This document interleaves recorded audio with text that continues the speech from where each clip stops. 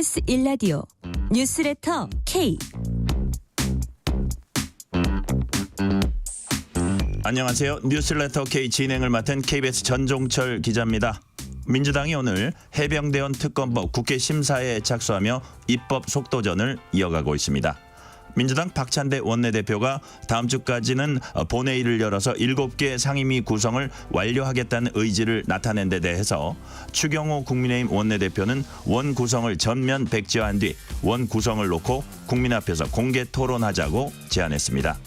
관련 내용 포함한 정치 현안들 여야 정치 토크 코너와 황정아 민주당 대변인 인터뷰에서 조목조목 짚어보겠습니다. 또 지난달 별세한 신경림 시인의 시 세계를 서훈관 국립암센터 원장과 함께 자세히 들여다보겠습니다.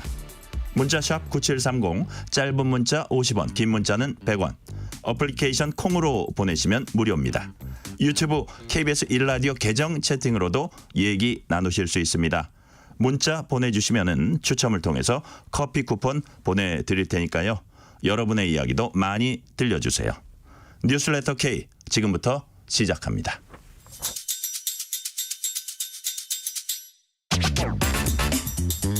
오늘 하루 가장 뜨거운 뉴스들만 골랐습니다. 뉴스레터 K 여야 정치 토크. 정광재 국민의힘 대변인, 조기현 민주당 법률위 부위원장 나오셨습니다. 어서 오세요. 네, 안녕하세요. 정부의 의대 증원 방침에 반발해서 주요 대학병원들이 휴진을 예고했습니다. 최안나 의협 대변인은 시간이 얼마 남지 않았다. 이번 주말까지 정부가 입장 변화를 보이지 않으면은 다음 주부터 예정된 전국 휴진 사태를 막지 못할 것이라면서 정부 대응을 촉구했습니다.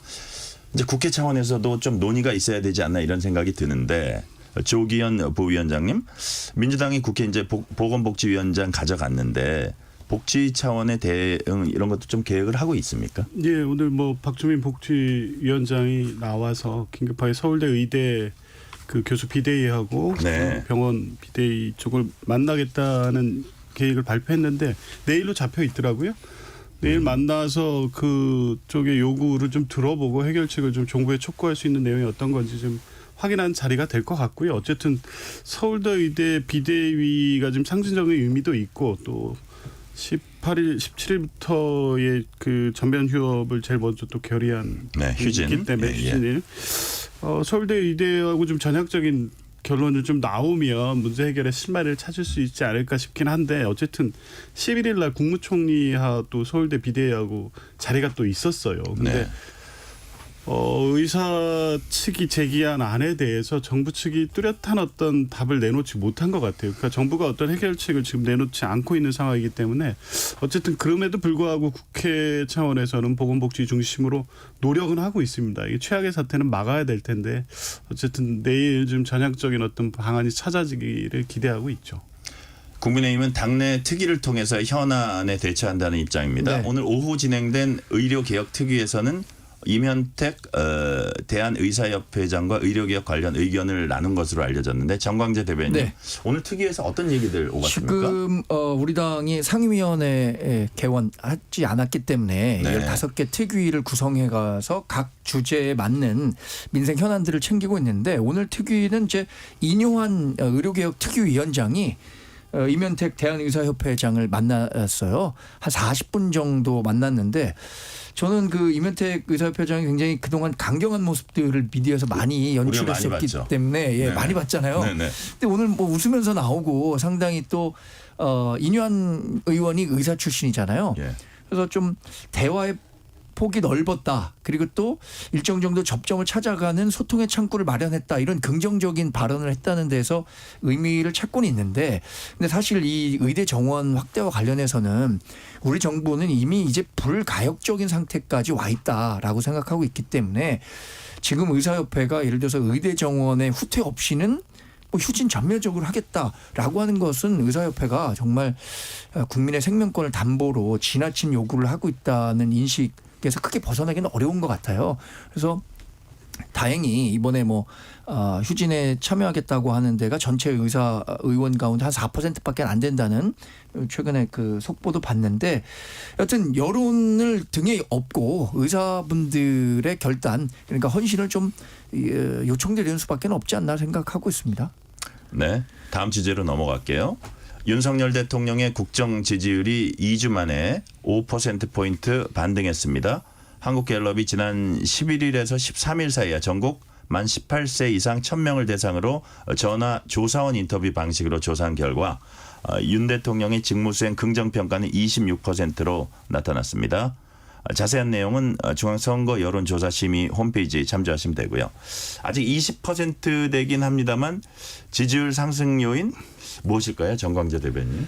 저는 그 지난 조사에서 비정상적으로 굉장히 낮게 나왔다고 평가하기 때문에 이제 정상적인 수준으로 가기 위한 과도기에 있다고 봅니다. 지금 국민의힘 지지율이 30%를 유지하고 있잖아요. 네. 지난번 조사에서는 국민의힘을 지지하지만 대통령의 국정을 지지하지 않는다는 사람이 비율로 보면 국민의힘 지지자 가운데 3명 중에 1명은 그렇지 않다는 결과였잖아요.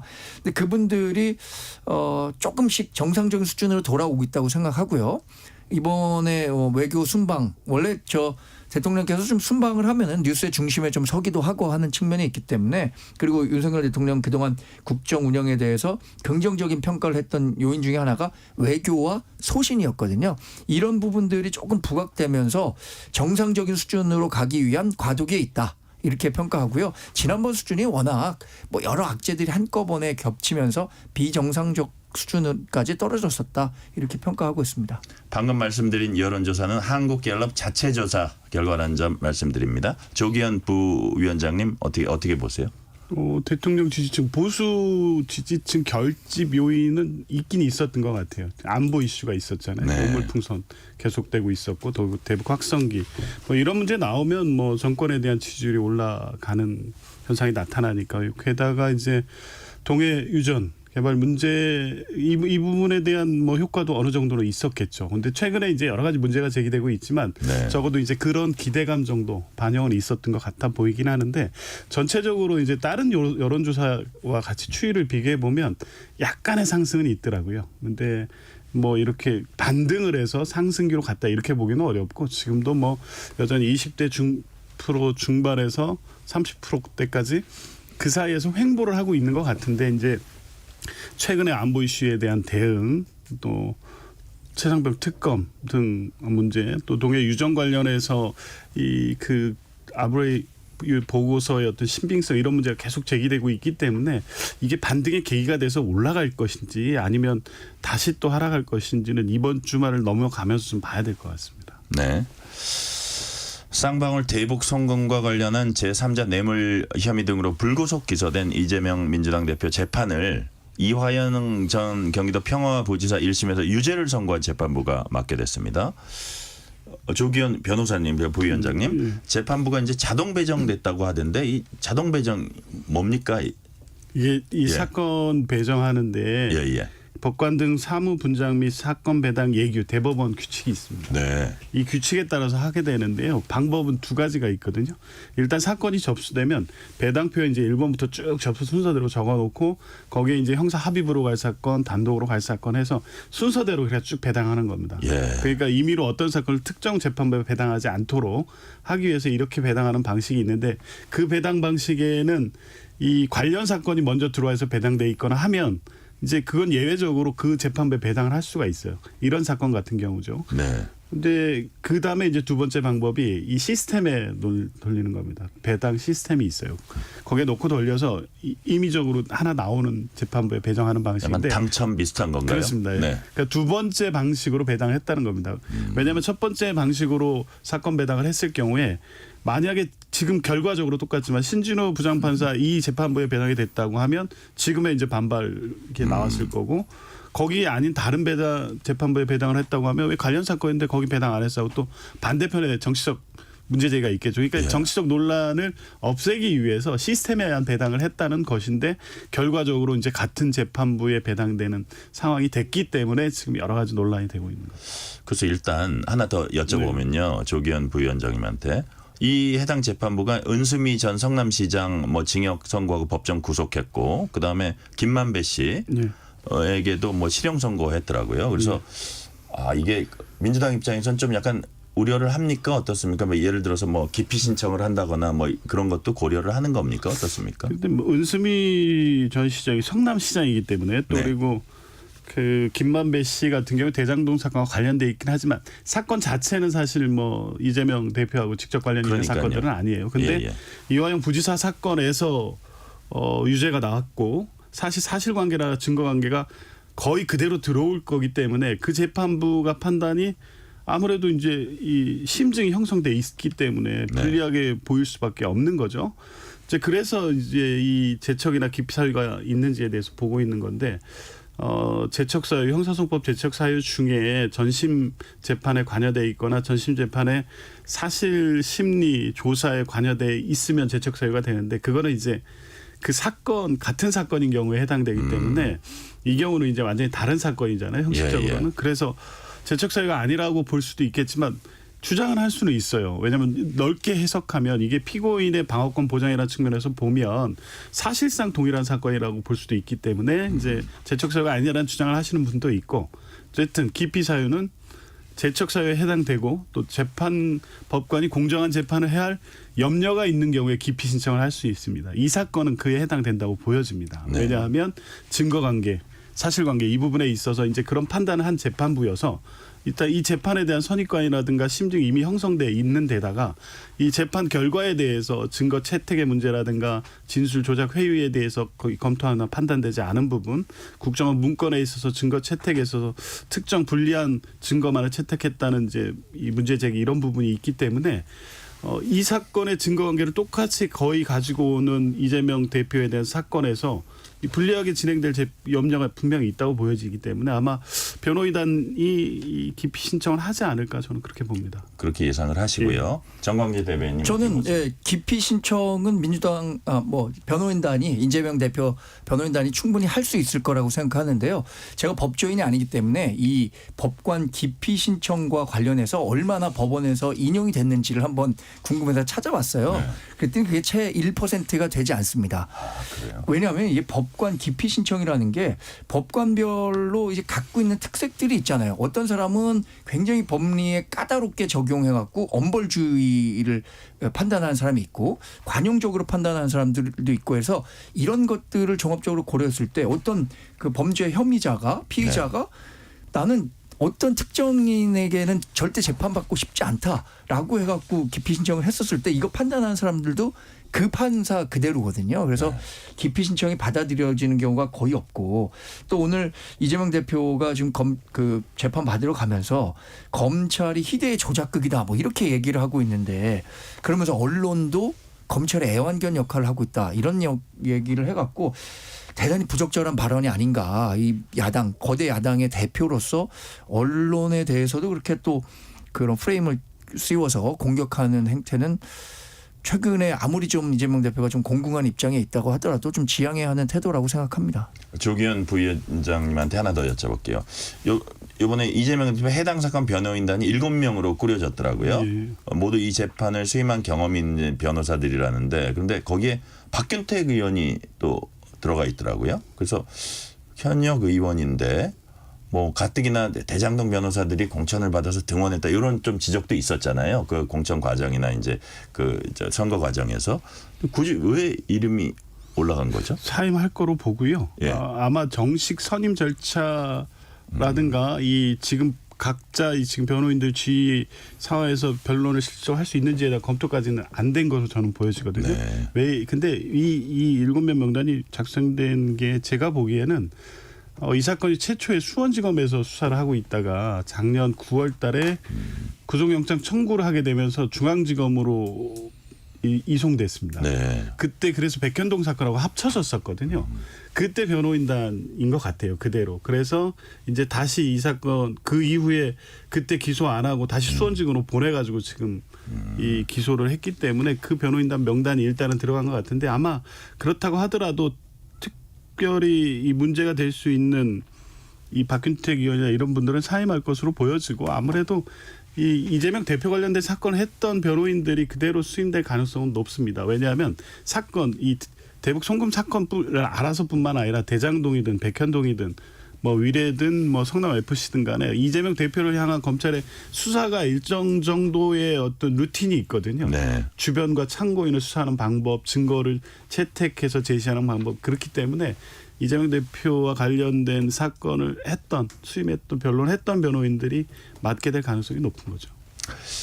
영국 유학 중에 고 노무현 전 대통령 추도식 앞두고 잠시 귀국했던 김경수 전 경남지사가 오늘 다시 영국으로 출국을 했습니다. 그러면서 아마 연말쯤 돌아올 것 같다 그런 얘기를 했는데 사실 그동안 민주당의 유력한 대권 후보로도 이제 거론돼 왔었잖아요. 그래서 우리 정광재 대변인 보시기에 네. 향후 복권 가능성이라든지 차기 대선에 이렇게 출마를 할 가능성 있다고 보세요.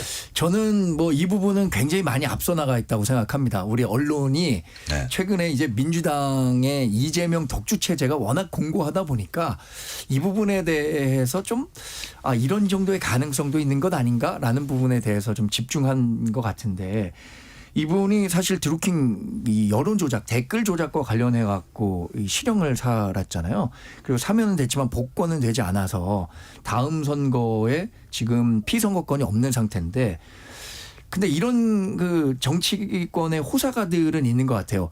복권을 해주면 야권의 대권 그 경쟁이 조금 복잡해져서 이재명 대표의 좀 어떤 당 장악력이라든가 이런 것들이 좀 약화되지 않을까라는 부분을 집중하는 것 같은데 저는 이건 좀 너무 많이 앞서 나간 얘기인 것 같아요. 그리고 약간 현재로서는 소설에 가깝다. 네. 그리고 이 댓글 조작과 관련해서 선거의 선거를 왜곡시키려고 했던 범죄에 대해서 이렇게 관대해도 되는 건가라는 생각이 들 정도로 저는 굉장히 부정적으로 보고 있습니다. 이 사안은. 네.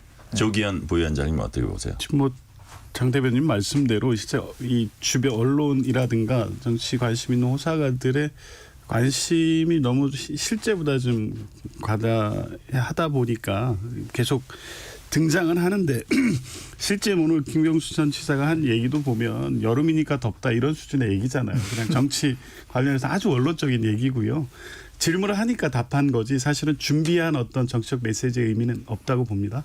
근데 다만 연말에는 이제 그 유학 과정을 마치고 이제 귀국을 하기 때문에 그때는 뭔가 메시지를 낼 것 같은 뉘앙스는 남겼습니다. 네. 어쨌든 이 민주당 주변이라든가 문재인 정권 때 같이 했던 분들 주변에서는 역할을 요구하는 목소리도 분명히 있기 때문에 아마 일단 귀국한 이후에 그때부터 차분하게 생각해보지 어떤 현재 시점에서의 이 김경수 전 지사가 어떤 정치적 구상을 갖고 있다 그렇지는 않은 것 같습니다. 자, 지금 이제 나머지 7개 상임위원장이 어디로 갈까 주목되고 있는 가운데 추경호 국민의힘 원내대표가 그 이미 선출한 11개 상임위원장 단독 선출 백지화해야 협상을 재개할 수 있다면서 국민 앞에서 원구성 협상 관련 공개 토론하자 이렇게 네. 공식 제안했습니다. 저 조기현 부위원장님. 이 수용할 가능성 몇 %? 0%라고. 0%요? 예. 2%도 안 돼요? 안 됩니다. 왜냐하면 그렇게 안 될 것 같습니다. 예. 지금 상임이 돌아가고 있습니다. 오늘 업무보고 법사위 같은 경우에도 기관 업무보고 다 받더라고요. 물론 국방부하고 법무부는 거부했지만 예. 돌아가고 이거 되돌리기 어려운 상황으로 이미 가고 있고요. 7개 상임위를 중심으로 또 이후에 이제 국회 구성에 대한 걸 갖고 여지는 두고 들어오라고 이제 얘기는 하고 있지만 이미 11개 상임위원장을 되돌리는 방식의 협상은 있을 수가 없다고 봅니다. 이제 일단 들어오셔야죠. 그리고 국민의힘 내부에서도 들어와야 된다는 목소리가 나오고 있는 것으로 알고 있습니다. 일단은 국회 정상화를 해서 국회가 할 일을 해야지 지금 그럴 시점이지 국회 정상화를 위해서 뭘 할 건가를 갖고 토론할 시점은 아니라고 봅니다. 자, 제가 정광재 대변인한테 이거 여쭤볼게요. 민주당이 단독 구성한 11개 상임위 하나둘씩 가동하기 시작했지만 이제 소관 기관장들 부르면 불참하는 일이 이어지고 있다고 네. 하면서 야권이 뭐라 그러냐면 정부 측이 국민의힘 의식해서 그 상임위별 업무보고 요청 거부하고 있고 심지어는 여당이 기관장들의 보이콧을 정용한다. 이렇게 네. 하고 있는데 사실 그렇습니까? 이 상황 어떻게 보세요? 저는 여당이 기관장들의 보이콧을 종용한다라고 얘기하셨던 분은 이것에 대한 뭐 발언에 대한 책임을 좀 져야 된다고 생각합니다. 우리 당은 한 번도 불출석 요청을 했거나 이렇게 강제 요구한 적이 없습니다. 이거 공식적으로 밝혔었는데 뭐 어떤 정황적인 근거로 이렇게 단정적으로 얘기하는 것이었다면 상당히 유감스럽고요. 사실 정치가 행정을 침해하게 되면 그 불편과 피해는 다 국민 몫이거든요. 네.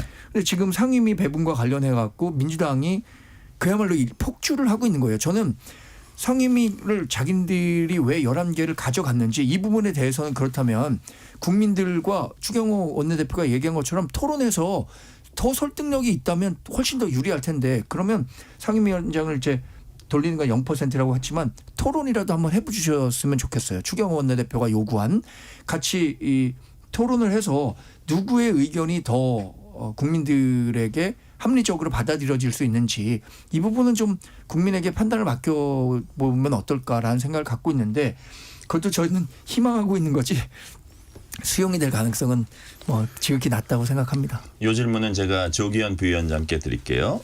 국민의힘은 민주당이 대북 송금 관련 검찰 조작 특별검사법, 표적수사금지법, 피사실공표금지법 등 이른바 이재명 대표 방탄을 위해서 수사기관을 압박하는 법안을 잇따라 발의하면서 초유의 입법 독재를 자행하고 있다 이렇게 그 맹비난을 했습니다.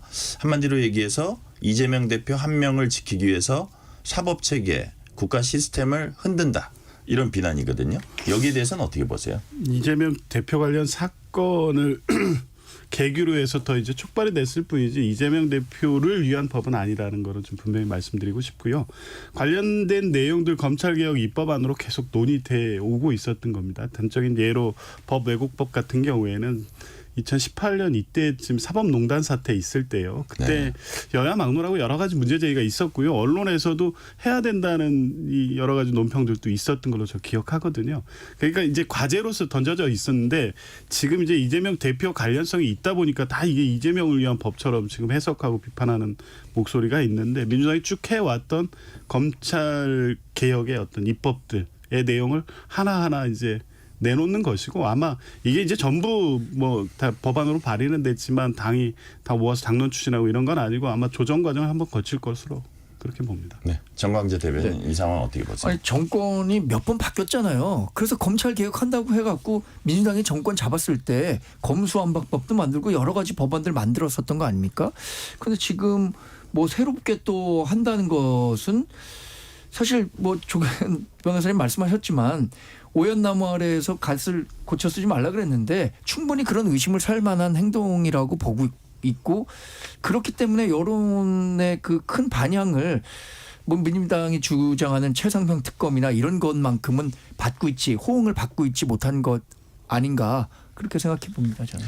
여당 전대 룰 확정되면서 한동훈 전 비대위원장 등판 가능성이 더 높아졌다는 분석에 힘이 실리고 있고요. 자, 그렇다면 한 전 위원장과 함께 지도부 입성을 노릴 최고위원 러닝메이트가 누가 될까도 이제 관심인데요. 혹시 좀 취재가 되신 게 있습니까? 누굽니까? 아니 제가 오늘 저 장동혁 전 사무총장 예, 지금 원내대표 물어봤는데 그냥 빙긋이 웃기만 하시더라고요. 그래요? 왜냐하면 대답을 안 해요? 소위부답인가요, 그게? 그 지금 이른바 친한계 인사의 대표적인 인물이 장동혁 의원인데 네.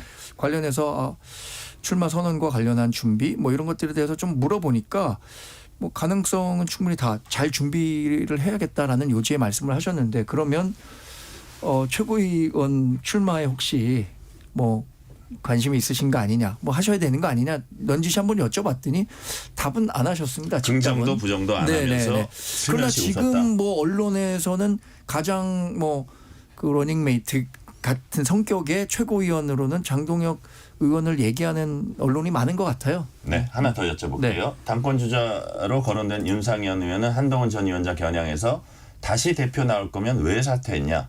총선에서 괴멸적 패배 당하고도 정신 차리지 못한 모습이다. 네. 이번 전당대회는 수도권 당선자 낙동강 험지 승리한 분들이 경쟁해야 한다. 이 윤 의원 발언 어떻게 보세요?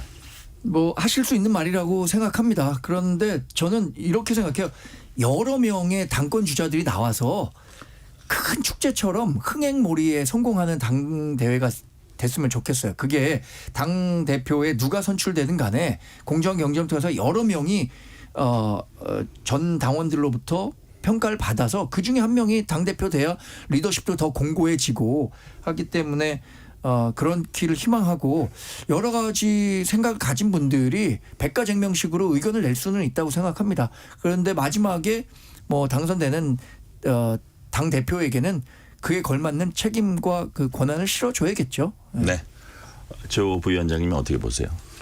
그 중요한 건 뭐 일단 그 한동훈 위원장이 나오냐 안 나오냐가 이제 첫 번째인데 사실 대세론이 형성돼 있으면 당연히 나올 것 같고요.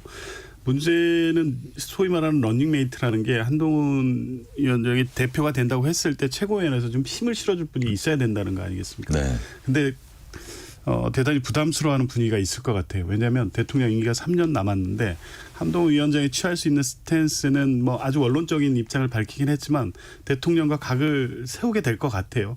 그때 대통령 임기 3년 남은 이 국민의힘 지도부로서 그러한 한동훈 위원장을 따라가는 것이 본인의 어떤 향후 정치 입지와 관련해서 유리할 건가 불리할 건가 이런 고민 굉장히 심각하게 할 수밖에 없는 상황인 것 같거든요.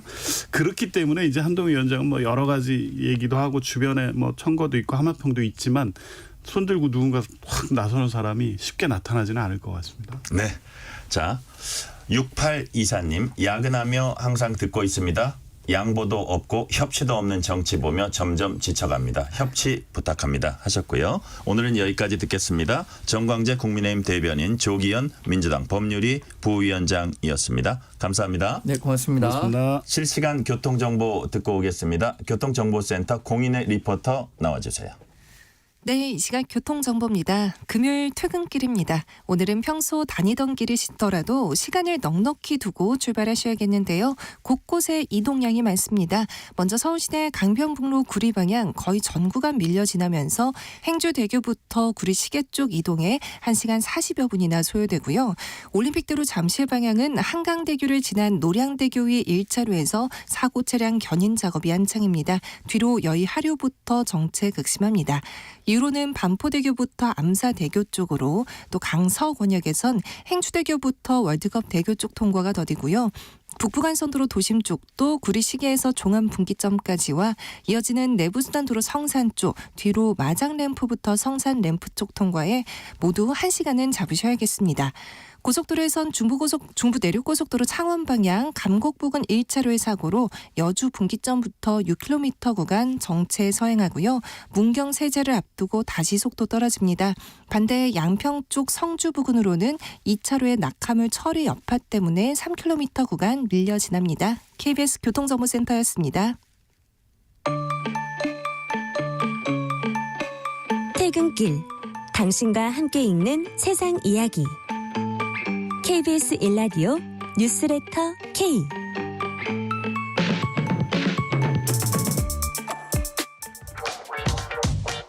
뉴스의 진수를 보여주는 인터뷰 뉴 진수. 가난하다고 해서 외로움을 모르겠는가? 너와 헤어져 돌아오는 눈 쌓인 골목길에 새파랗게 달빛이 쏟아지는데 가난하다고 해서 왜 모르겠는가? 가난하기 때문에 이 모든 것들을 버려야 한다는 것을.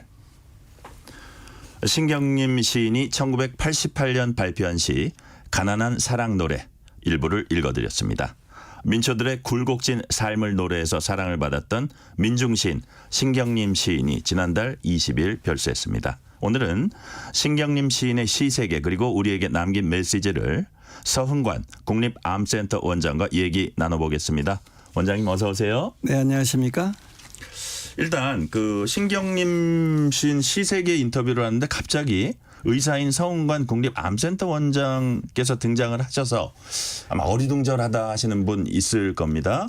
서흥관 원장님이 의대 재학 시절부터 신경림 시인과 인연을 맺어왔다고 하셨는데 신경림 시인과의 첫 만남 어떻게 이루어진 건가요? 그러니까요. 그때가 1981년이었는데 네. 제가 이제 서울대 그 본과 3학년 학생이었어요. 그런데 제가 이제 문예부 활동을 했습니다. 취미로. 그런데 그 문예부에서는 1년에 한 번씩 그 축제 기간에 문학의 밤이라는 행사를 했어요. 네. 근데 이제 그 문예부원들이 의대 문예부원들이 시를 하나씩 이제 들고 나와서 이렇게 읽는 거예요. 그러고 나서 음악에 맞춰서 읽으면 우리가 초청 시인을 모십니다. 그러면 초청 시인한테 강평을 부탁하는 겁니다. 네. 그래서 우리가 투표를 했는데 신경림 선생님이 이제 투표해서 됐어요. 그래서 연락을 했더니 오시겠다고 그래서 이제 오신 겁니다. 그래서 선생님을 그때 처음 뵀는데 뵙고 나서 제가 시를 이제 낭송하고 듣고 그다음에 뒷부분을 뒤풀이를 했는데 뒤풀이 그때 말씀하시는 거예요. 집으로 놀러 오라고 하시는 거예요. 네. 그래서 이제 그때 놀러 좋게 가고 보셨나 봐요. 뭐 아무래도 뭔가 제가 그때 무슨 이야기를 했는지 모르겠는데 집으로 놀러 오라고 하시더라고요. 그래서 이제 집에 놀러 가면서 선생님을 만나게 된 것입니다. 네. 서은관 원장님은 의사지만 등단한 뒤에 4권의 시집을 펴낸 시인이기도 합니다. 시를 본격적으로 쓰게 된 계기, 신경림 시인의 영향이 있었습니까? 뭐 결국 결정적이었다고 볼 수밖에 없는데요. 네. 이제 제가 의대 졸업할 쯤에서 그 의과대학 다닐 때 쓴 시를 한 27편을 이제 그 편집을 해서 친구들 나눠주고 있었어요. 그래서 신선생님한테 이제 의대 졸업한다고 인사하러 갔는데 신선생님께서 갑자기 그 시를 막 다 읽어보시는 거예요. 한 편 한 편을 끝까지 27편을 다 읽어보시더니 갑자기 저보고 홍관이 이제 등단하지 그렇게 말씀하시는 거예요. 그래서 제가 이제 깜짝 놀랐던 거죠. 저는 이제 의과대학 이제 막 졸업하는 사람이었고 무슨 시인으로 등단한다는 건 저는 생각도 못 하고 있었거든요. 어떤 사람들은 야 뭐 신경림 선생님 집에 쫓아다니다니 뭐 무슨 등단하려고 무슨 청탁하러 갔나 보지 이렇게 생각할지 모르지만 전혀 아니었는데 갑자기 등단하라고 그러셔가지고 이제 제가 이제 말하자면 어떻게 보면 운명이 좀 바뀌게 된 것입니다. 네. 자, 지금 저희가 유튜브에 신경림 시인과 서은관 원장의 사진을 띄우고 있습니다. 이게 언제적 사진인지 좀 그때 무슨 대화를 나누셨는지 설명 좀 해주세요. 이제 이게 제가 의과대학 졸업하고 나서 네. 그 군의관 대신에 무촌에서 근무하는 제도가 생겨가지고 네. 제가 군산 앞바다 선유도에서 그 보건소 의사로 이제 근무하고 있었어요. 무의촌이요? 예, 그렇죠. 네. 그런데 이제 신경림 선생님이 그때 민요기행이라는 걸 연재를 하고 계셨어요. 아주 굉장히 인기가 있었죠. 네네. 그런데 그 민요기행 그 코스를 매달 한 번씩 연재를 하는 거거든요. 막 1년 이상 연재를 하시는데 그 선유도로 일부러 이제 코스를 그렇게 잡아 오신 거예요. 그래서 그때 선유도에서 저를 만나가지고 그 선유도를 같이 돌아다닐 때 그 사진입니다. 그런데 사람들이 저 사진을 보고 야, 그 선생님의 그 당시에 그 모습이 그 천진한 웃음과 이런 게 너무나 잘 찍혔다고 사람들이 그러더라고요. 네네. 자, 아까 이제 뭐 등단해봐라는 얘기도 하셨었는데 평소 신경림 시인이 서은관 원장님의 시를 읽으면서 어떻게 평하셨습니까? 평가를?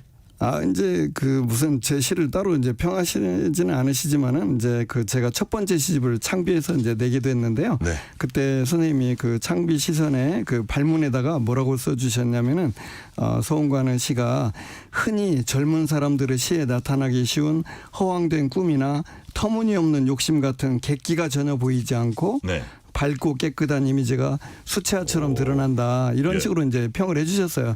물론 이제 좋게 평하신 거죠. 예. 네, 그랬군요. 자, 그렇다면 신경림 시인은 사적으로 만날 때 어떤 분이었습니까? 그러니까 신경림 선생님을 제가 볼 때 제가 수십 년간 결국 그 뵙게 된 것인데 선생님을 보면은 정말 격의가 없는 분이에요. 무슨 뭐 선생님이 저보다 23살이 많으시지만 언제나 편하게 말씀하시고 그게 무슨 저한테만 그런 게 아니고요. 모든 사람에게 격의 없이 대하시고 사실 문단이라는 데도 가보면 유명한 사람이 있고 유명하지 않은 무명 시인들도 들비하거든요. 그렇죠. 그러면 아무래도 유명한 사람들은 이름 없는 시인들을 무시하기 마련이에요. 그런 일이 흔히 벌어지는데 신생은 전혀 그런 게 없어요. 언제나 격의 없고 사람들을 다 평등하게 대하시고 그러니까 사람들이 다 좋아하는 겁니다. 그러니까 너무 웃기는 게 신생님이 돌아가시잖아요. 돌아가셨잖아요. 가시니까 이제 저도 선생님을 추모하는 이제 글을 페이스북에 썼어요. 그랬더니 알고 보니까요. 페이스북에 신생님이 추모하는 글이 막 수천 편이 올라온 겁니다. 와, 그래요? 그래가지고는 다들 이제 뭐 신생님의 추억을 쓰는데요. 제가 보니까 저는 저한테만 잘하신 줄 알았어요. 그랬더니 다 다른 사람한테도 잘해주신 거예요. 그래서 자기들도 다 격려를 받았고 선생님이 정말 따뜻하게 자기 대한 이야기를 정말 많은 사람들이 하는 겁니다. 그걸 보고 야 정말 신선생님이 대단하시다 이런 생각을 저도 하게 됩니다. 그 얘기 들으니까 저도 좀 잘 살아야겠다 이런 생각이 드네요. 네네. 자, 신경림 시인은 7년 전 대장암이 발병해서 투병 생활을 해왔습니다. 많은 분들이 병문안 오고 싶어 했지만 신경림 시인이 절대 알리지 말라고 해서 가족에 거의 이제 오지 못했고요. 근데 원장님은 가족들과 함께 마지막까지 신경림 시인 곁을 지킬 정도로 각별한 사이였던 것 같습니다.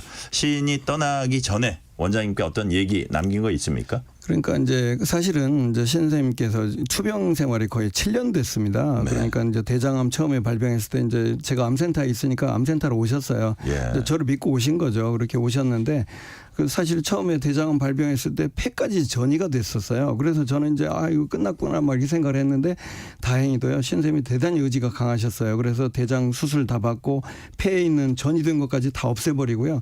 그리고 방사선 치료, 항암 치료 다 하시고 완전히 회복이 되셨어요. 그래서 하루에 매일 5,000보씩 걸으시면서 건강해지내신 거예요. 그렇게 했는데 재발이 7년 했군요. 뒤에 이제 재발이 된 거예요. 그래서 이제 호스피스를 갈 수밖에 없게 됐고 이제 이렇게 된 것인데 신쌤께서는 이제 그때도 신쌤 원래 남들의 폐를 끼치는 걸 진짜 싫어하세요. 네. 그래가지고 아무한테도 알리지 마라 뭐 다 그러시거든요. 그래서 병문안에 이제 못 오게 하시는데 이제 아주 정말 가까우신 연무웅 선생님, 현기영 선생님, 안종관 선생님 이런 분들이 이제 꼭 오고 싶은 거예요. 그래서 이제 오셨고 그런데 이제 선생님이 못 오게 하라고 자꾸 그러시는 거예요. 그래서 제가 할 수 없이 그분들에게 이 선생님이 진짜 병문안 안 받고 싶어 하신다 그랬어요. 그랬더니 그분들이 그래도 형님이 돌아가신다는데 그래도 병원 앞에 왔다가라도 가겠다 이렇게 하셔요. 네. 그래서 할 수 없이 이제 선생님한테 그렇게 전했죠. 그랬더니 선생님이 왔는데 어떻게 안 보겠냐 오라고 해서 그날 아주 서로 정말 그분들이 막 거의 50년 뵌 분들이거든요. 얼굴만 봐도 다 알거든요. 그냥 얼굴 보고 손잡고 하면 돼요. 무슨 말을 많이 하지도 않습니다. 근데 정말 행복한 만남이었던 걸로 기억을 합니다. 그 세 분이 오셔가지고 네. 얼굴 보고 웃고 손잡고 다 그렇게 하고 가셨어요. 그래서 그 선생님들께서 저한테 우리 행복하게 보내드리자 이렇게 말씀하시더라고요. 네. 자, 시인은 투병 중에도 시를 쓰셨다고 하는데 그런 모습 혹시 기억하시는지요? 또 미발표작 모은 유고 시집 이거 만들 계획이세요? 신사님께서는요 이제 저한테 이런 말씀하셨어요. 나는 무슨 막 이태백 같이 막 일필휘주에서 시를 막 쓰는 사람이 아니다. 그러면서 나는 이제 한자 이렇게 고민하면서 쓰는 사람이기 때문에 그렇게 막 시를 막 쓰진 못한다고 하셨고 그래서 병실에서는 사실은 시를 많이 못 쓰신 걸로 알고 있고요. 그래서 이제 유고 시집을 내고자 하는 계획은 있는데 그 시를 지금 가족들이 찾고 있다고 그러는데 뭐 잘 될지까지는 모르겠습니다. 네. 네. 3253님이 신경님 시인하면 짧지만 가슴을 헤집고 들어오는 서늘한 바람 같은 시 갈대가 떠오릅니다. 늘 소박하고 천진한 미소를 사진으로만 뵙겠네요. 자, 본격적으로 신경님 시인의 시세계에 대해서 얘기를 나눠보겠습니다. 원장님께서 신경님 시인의 시세계 한마디로 표현하면 뭐라고 말씀하시겠습니까? 그러니까 그래서 한마디로 하라니까 제가 말이 잘 안 나옵니다. 두 마디도 괜찮습니다. 이제 예전에 옛날에 우리나라 시들이 네. 난해한 시들이 많았어요. 그리고 외국의 그 사조를 따라가지고요. 네. 무슨 뭐 요즘 실존주의가 유행한다면 실존주의, 뭐 모더니즘이 유행하면 모더니즘 뭐 이런 식으로 해가지고 현실과 동떨어진 그 멋을 부리는 시들, 난해 시들을 많이 썼었는데 신 선생님은 정말 쉽고 민중적이고 토속적인 언어로 우리 삶을 표현하신 거예요. 그래서 네. 많은 사람들이 그걸 읽고 감동을 받았다고 저는 생각을 합니다. 네. 우리 삶에 와닿는 그렇죠. 내용. 네. 이제 그걸 사람들은 이제 민중적이라고도 하고 리얼리즘이라고도 하는데 네. 저는 어쨌든 토속적인 민중적인 삶을 가장 쉬운 우리말로 표현하셨다고 저는 생각을 해요. 네. 신경님 시인은 1973년에 시집 농무를 자비로 출판했고 이듬해 제1회 만해문학상 받았습니다. 이때가 신경님 시인이 문단에 파란을 일으킨 동시에 사람들로부터 사랑받기 시작한 때가 아닌가 싶은데요. 시 농무는 우리 문학사에서 민중시의 지평을 열었다. 이런 평가도 받고 있습니다. 어떤 의미의 시인지 좀 설명을 좀 해주세요. 네, 그러니까 이제 이 시가 그 전에 쓰여졌던 시들에 비해서 네. 정말 쉽고 이해가 잘 되고 또 우리들의 그 현실을 아주 잘 표현한 그런 시였다 이런 거죠. 그러니까 정말 우리에게 정말 필요한 서민들의 삶, 소외된 삶들을 잘 표현했고 특히 이제 농촌 이야기를 많이 표현했잖아요. 예, 예. 그런데 그 산업화 사회에서 산업화되고 근대화되는 과정에서 소외된 사람들의 이야기를 정말 아주 진솔하게 표현했다고 볼 수 있겠습니다. 그래서 사람들에게 네. 정말 새로운 시가 등장했다 그렇게 된 거죠. 그래서 네. 사람들이 이제 그 농무를 읽으면서 감동을 받았던 겁니다. 네. 징이 울린다. 막이 내렸다. 오동나무에 전등이 메어달린 가설 무대. 구경꾼이 돌아가고 난 텅 빈 운동장. 우리는 분이 얼룩진 얼굴로 학교 앞 소주집에 몰려 술을 마신다. 답답하고 고달프게 사는 것이 원통하다. 이게 이제 농무의 한 대목인데요. 네. 말씀하신 대로 산업화, 도시화로 인해서 점점 황폐화돼가는 농촌 모습을 이제 그렸다고 볼 수 있는데, 아까 말씀하신 대로 시에 이제 현실 반영하는 것이 중요하다고 신경림 시인이 이렇게 그렇죠. 생각하신 것 같고요. 예, 예. 아울러서 어떤 점을 주로 이제 강조를 하셨어요, 평소에? 그러니까 신쌤은 그 어떤 시를 쓰는 시인들이 네. 어떤 막 그 허세 같은 거 부리고 야 나는 이렇게 내가 시를 쓰는 시인이야, 나는 멋진 사람이야, 막 이런 식으로 해서 완전 동떨어진 얘기를 그렇죠. 막 하고. 예. 자기를 멋있게 보이려는 그런 예. 어떤 허위 의식 같은 거 있잖아요. 네. 그런 것들을 정말로 싫어하셨고 미워하셨어요. 정말 그 솔직하고 담백하고 못난 모습을 그대로 표현하는 거, 네. 이런 것들을 신쌤은 좋아하신 거고요. 그런 말씀도 있었어요. 못난 놈들은 서로 얼굴만 봐도 즐겁다는 식구가 나중에 산문집으로도 나왔더라고요. 아, 그렇죠. 그게 네. 이제 그 시의 맨 첫 대목이죠. 네. 파장이라는 시의 첫 그렇죠, 대목입니다. 그렇죠. 그래서 사람들이 지금도 그 얘기는 진짜 많이 합니다. 못난 놈들은 얼굴만 봐도 흥겹다. 아, 정말 그 해악이 확 와닿아요. 예, 예. 우리들은 다 못난 사람들이에요. 그러니까요. 우리는 다 예, 예. 부족한 사람들이거든요. 그러니까 그 말을 보면은 딱 그냥 갑자기 웃음이 나오는 거예요. 네. 자, 같이 못난 사람을 보면 뭐 안심될 수도 있고 그렇죠. 뭐 여러 가지 뜻이 있을 것 같고요. 예, 예. 신경림 시인은 민요를 좋아해서 민요를 채록하고 다니기도 했다고 합니다. 신경림 시인의 시색이 어떤 영향을 미쳤을까요? 아마 어마어마한 영향을 미쳤고요. 그러니까 네. 영향을 미쳤다기보다도 신쌤은 그 민중 언어, 그 정말 소외받은 사람들이 쓰는 그런 그 언어도 중요하게 생각했고 또 민요도 중요하게 생각을 하셨거든요. 네. 그런데 그 당시에는 민요를 이제 다 흘러간 노래, 옛날 것이다 이렇게 생각해서 우습게 알았던 거예요. 그런데 신쌤은 그것의 중요성을 알고 일부러 채록을 하러 다니셔가지고 네. 아까 제가 이제 민요 기행 얘기를 잠깐 했는데요. 신쌤은 그걸 하기 위해서 수없이 많은 농촌을 돌아다니면서 그 민요를 이제 그 채록도 하고요. 테이프로 녹음도 하시고 그래서 그 신쌤 댁에 막 그 녹음 테이프가 어마어마하게 많았었어요. 그 지금 어떻게 되는지 모르겠어요. 그 막 그 옛날 테이프들은 다 요즘은 안 돌아간다고 하더라고요. 네. 진짜 아까운데 신쌤이 어쨌든 그런 데 관심을 가지고 우리의 언어를 토착 언어를 찾기 위해서 그리고 토착 리듬을 찾기 위해서 그리고 민요를 보면은요 그 안에 정말 대단한 해학들이 있습니다. 네. 그 표현들이 대단해요. 그냥 노래만이 아니라 그 표현이 대단하거든요.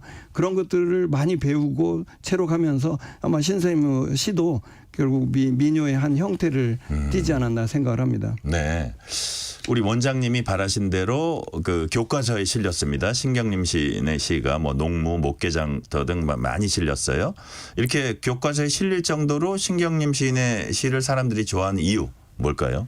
그러니까 이제 그 신경림 선생님의 시는 정말 그 어떤 거짓된 게 없고요. 그 다음에 그 인간의 어떤 차별 같은 거 있잖아요. 사람들은 막 빈부차별, 남녀차별 이런 걸 있잖아요. 그런데 신쌤은 언제나 평등을 지향하셨거든요. 평화를 지향하시고 그렇기 때문에 그 정신에서 사람들이 공감을 하고 그래서 교과서에도 계속 실렸다고 봅니다. 네. 시인은 우리나라 국어 교육에 대한 걱정도 하셨다고 하는데요. 본인의 시가 교과서에도 실리고 수능 문제로도 출제가 됐어요. 근데 어떤 걱정을 했다는 겁니까? 그러니까 신쌤은 이제 선생님의 시가 이제 정말 교과서에도 실리고 그게 수능 문제로 나오면 사람들이 어떻게 생각하겠어요? 일반적으로는요 그런 일이 있다면 다 뻐기고 다닐 겁니다. 네. 야 말이야 내가 누군데 내가 시에 교과서에 내 시가 제일 많이 실렸대 막 자랑하고 막 내 시가 수능에도 나왔어 하고 예. 손주가 사실은 그 수능 시험도 보고 그랬거든요. 선생님 그 문제를 가지고. 그런데 불구하고 신쌤은 이제 이렇게 말씀하신 거예요. 도대체 수능 문제가 내 시가 출제가 됐는데 내가 답을 모르겠더라. 본인이요? 아, 그렇죠. 손주도 잘 풀었는지 모르겠네요. 손주도 틀렸답니다. 아니 그러니까 문제는 뭐냐면 예. 이 시를 배우는 과정이 잘못됐다는 거예요. 시를 정말 좋아하고 즐겨야지 시를 그렇죠. 제대로 된 감상인데 시를 막 너무 찢어 발겨가지고 시의 원뜻이 다 사라졌다는 거예요. 그러니까 아까 어떤 분이 아까 청취자분께서 갈대라는 말씀하셨죠. 시를 말씀하셨잖아요. 네네네. 갈대라는 시는 정말로 그 소박한 시거든요. 읽으면은 정말 간단하거든요. 산다는 것은 속으로 이렇게 조용히 울고 있는 것이라는 것을 뭐 이런 시예요. 그런데요, 이 시를 그 참고서를 가면 뭐라고 해석한 줄 아십니까? 주제 해놓고 나서 뭐라고 썼냐면 고독과 비애로서 인간의 실존, 비극적인 삶에 대한 인식, 삶의 근원적 슬픔 이런 식으로 해놨어요. 이러니 이게 그러니 얼마나 학생들이 힘들겠습니까? 이런 분석을 해놓고 나서 문제를 내고 1번, 2번, 3번을 고르라고 하면 얼마나 힘들겠어요. 그러니까 신쌤이 우리나라 국어교육이 잘못되었다. 시를 좋아해서 읽고 느끼면 되는 거지 이렇게 무슨 비극적인 삶에 대한 무슨 뭐 이건 정말 잘못됐다는 거죠. 자, 요 대목에서 서은관 원장님이 가장 좋아하는 신경림 시인의 시 한 대목 청해서 들어도 될까요? 네, 네, 조금만 앞에 조금만 읽어주세요. 겨울밤이라는 시를 읽겠습니다. 네네. 우리는 협동조합 방앗간 뒷방에 모여 묵내기 화투를 치고 내일은 장날 장군들은 왁자질 걸 주막집 뜰에서 눈을 턴다. 들과 사는 온통 새하얗구나. 눈은 펑펑 쏟아지는데 쌀값 비료값 얘기가 나오고. 네. 자, 어떤 의미입니까? 딱 간단하게만. 그러니까 이제 시간 이 관계상. 시가 네. 바로 그 농촌의 풍경을 그대로 표현한 거죠. 막 눈이 왔는데 사람들이 장군들의 모습이 보이고 쌀값 네. 비료값 얘기가 나오고 이게 현실이 드러나는 거거든요. 그래서 그 당시에 농촌의 현실, 농민들의 삶의 애환을 잘 그렸다 이렇게 생각을 하게 됩니다. 네, 신경림 시인은 1970년대, 80년대 권위주의 정권에 맞서서 문단의 자유 실천 운동, 민주화 운동에도 적극 참여했습니다. 시와 정치의 관계, 시인은 어떤 생각을 가지고 있었습니까? 그러니까 신경림 선생님은 이제 언제나 민주화, 인권을 중시하고 민주화를 중시하고 평화와 통일을 강조하셨는데 그렇게 하다 보니까 다 이게 말하자면 그 독재 정권에는 이 민주화 운동하는 이게 나쁜 놈이 된 거예요. 그래서 불온한 세력으로 낙인 찍혀가지고 형사가 아예 신쌤 집에 매일 출근했습니다. 네. 그래가지고 신쌤의 일거수일투족을 감시하고 그리고 전화하면 누구한테 전화했냐 뭐라고 전화했냐 그것을 보고하는 게 형사였다는 거죠. 이제 그 정도로 했는데 그러면 이제 어떤 사람들은 같으면은 야 내가 민주화 운동의 선봉이야 이렇게 뻑일 텐데 신쌤 그렇게 말씀 안 하시고 뭐라고 하냐면 아 그거 내가 무슨 민주화 투사도 아닌데 무슨 성명서 나오면 언제나 고은 백낙청 신경림 이렇게 하다 보니까 그 사람들이 내가 대단한 사람인 줄 알고 형사까지 보내가지고 붙였다 이런 식으로 말씀하시는 거예요. 그것도 그러니까, 좀 해학적으로 그러니까 말씀하셨네요. 그냥 그 당신을 이렇게 과장하거나 그러지도 않고 이렇게 편하게 말씀하시는 거예요. 그러니까 우리는 언제나 신쌤이 무슨 말씀하면 그냥 깔깔깔 웃으면서 있는 거죠.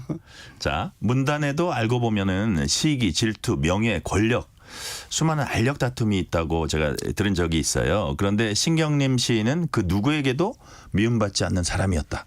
실제로 그랬습니까? 그러니까요. 신쌤은 그러니까 말하자면 어떤 데나 단체가 생기고 하면은 서로 막 감투를 쓰려고 하잖아요. 네. 그게 왜 그러냐면 그걸 통해서 자기 욕심, 권력욕 뭐 이런 것들이 있는 거거든요. 그런데 신쌤은 그런 욕심이 없으신 분이에요. 그러니까 사람들이 신쌤을 도리어 모시려고 하는 겁니다. 그래서 저절로 그냥 이사장이 됐어요. 누가 하고 싶어서 하는 것도 아닌데 이사장이 됐는데 이제 몇 년이 지나서 다른 사람이 했는데 이제 또 다른 사람을 이사장으로 하려고 할 거 아닙니까? 그랬더니 서로 그 안에서 막 갈등이 생긴 거예요. 서로 막 그 사람은 된다 안 된다 한쪽은 하겠다. 그러니까 사람들이 합의가 안 된 거예요. 그러니까 할 수 없이 누군가 신쌤을 다시 하면 어떠냐 이렇게 된 거예요. 그러니까 아무도 반대를 안 하는 거예요. 그래서 신쌤이 한국작가회의 이사장이 다시 되신 거예요. 그랬더니 그랬군요. 이제 그때 이야기인데 그래서 신쌤 만났더니 그래요. 아 그거 폐품 재활용이야 그래요.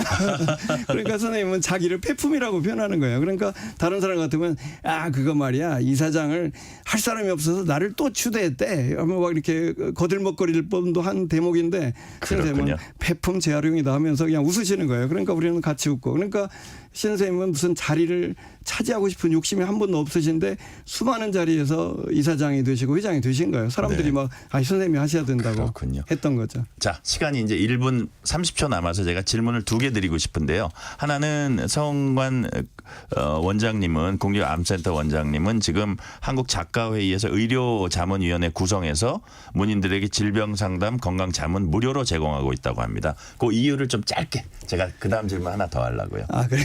예. 그 문인들이 사실 그 건강을 위해서는 술도 안 마셔야 되고 담배도 안 피워야 되고 뭐 이렇게 건전한 삶을 해야 되잖아요. 운동도 정도 해야 되고 그런데 문인들의 삶이라는 게 그렇게 안 돼요. 그래서 술도 많이 마시고 담배도 많이 피고 한 번 어떤 문인 여성 문인이 여성 소설가들이 거의 다 담배를 핀다는 거예요. 이제 네. 그렇게 하는데 그래서 이제 할 수 없이 제가 그분들을 위해서 최소한의 건강에 도움을 드리려고 하는 것이죠. 네. 그래서 특히 우리 서은관 원장님은 유명한 금연 전도사기도 합니다. 최근엔 금연뿐만 아니라 금주도 강조하고 계시다 들었어요. 딱 한마디로 이렇게 건강을 이렇게 지켜야 된다. 한마디로 하면 무슨 말씀하시겠습니까? 상식적인 것을 지키면 됩니다. 담배 안 피셔야 되고요. 술도 안 마시는 게 좋고요.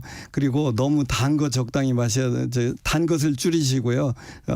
채소를 많이 드셔야 되고요. 그리고 많이 움직이셔야 되는데 걷는 게 최고입니다. 네. 매일 걸으십시오. 금연, 금주, 단도 운동. 안 먹고 운동, 그렇죠. 채소, 그렇습니다. 움직이라. 예. 오늘은 여기까지 듣겠습니다. 신경림 시인의 시세계 지금까지 서은관 국립암센터 원장이었습니다. 감사합니다. 감사합니다. 뉴스레터 K 1부 순서 마무리하고 2부가 이어집니다.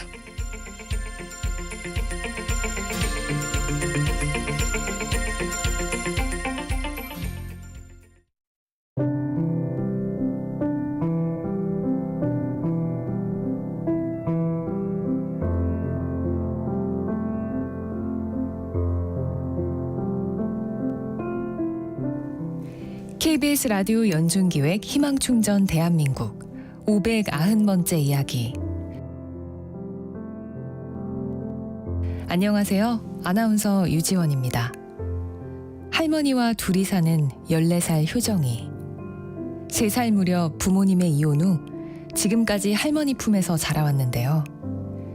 기초수급비로 생활하는 어려운 환경 속에서도 할머니는 손녀딸을 사랑으로 보살폈습니다.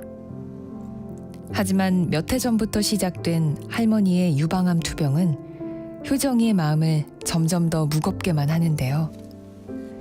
5번 이상의 대수술과 40번이 넘는 항암 치료. 세상 전부인 할머니가 아파하는 모습을 볼 때면 효정이의 눈물은 멈추질 않습니다. 오늘도 아픈 할머니를 위해 작고 여린 손을 모아 기도하는 효정이. 효정이와 할머니가 행복한 일상을 찾을 수 있도록 여러분이 두 손을 꼭 잡아주세요. 여러분의 따뜻한 손길이 희망의 빛이 됩니다. ARS 060-700-1580 060-700-1580 한 통화 3,000원으로 희망을 선물해주세요. KBS 라디오 연중기획 희망충전 대한민국은 초록우산 어린이재단, 인탑스 주식회사, 그리고 청취자 여러분과 함께합니다. ARS 060-700-1580 한 통화 3,000원입니다.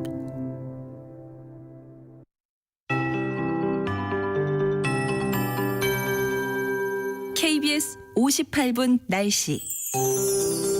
오늘 낮 기온이 경주 35.2도, 서울은 33도까지 오르며 올해 들어 가장 높은 기온을 보였습니다. 이렇게 크게 오른 기온에 대기가 불안정해지면서 곳곳에서 소나기 구름이 발달하고 있습니다. 지금 강원도 화천에 소나기가 오고 있는데요. 저녁까지 강원 남부 내륙과 충북 그리고 남부 내륙 곳곳에는 5에서 20mm 정도의 소나기가 오는 곳이 있겠고 제주도에는 오늘 가끔 비가 내리겠습니다. 주말인 내일은 일부 지역에 비나 소나기 소식이 있습니다. 서울 등 수도권과 강원도를 중심으로 내일 5에서 40mm 정도의 더위를 식혀줄 비가 내리겠고요. 충청 이남 지방은 대기가 불안정해서 내일 오후부터 저녁 사이에 소나기가 오는 곳이 많겠습니다. 곳곳에는 천둥 번개와 돌풍을 동반해 요란한 비나 소나기가 쏟아질 수 있어 주의를 하셔야겠습니다. 이렇게 비와 소나기가 내리면서 내일부터는 폭염의 기세가 누그러지겠습니다. 내일 낮 기온은 서울 27도, 대전 29도, 광주 30도, 대구 32도 등으로 오늘보다 2도에서 5도 정도 낮을 전망입니다. 하지만 평년보다 조금 더운 날이 당분간 이어질 것으로 예상돼 건강관리에 더욱 신경을 쓰셔야겠습니다. 현재 서울의 기온은 27.5도입니다. 송소진입니다.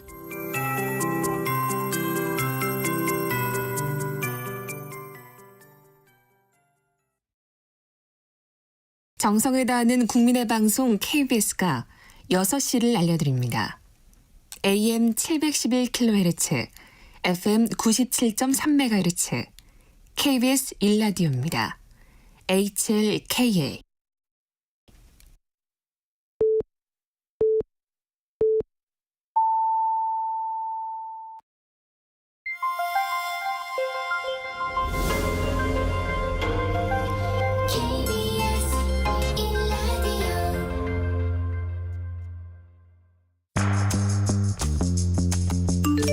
여러분은 지금 퇴근길 시사편지 한 장 KBS 1라디오 뉴스레터 K를 듣고 계십니다.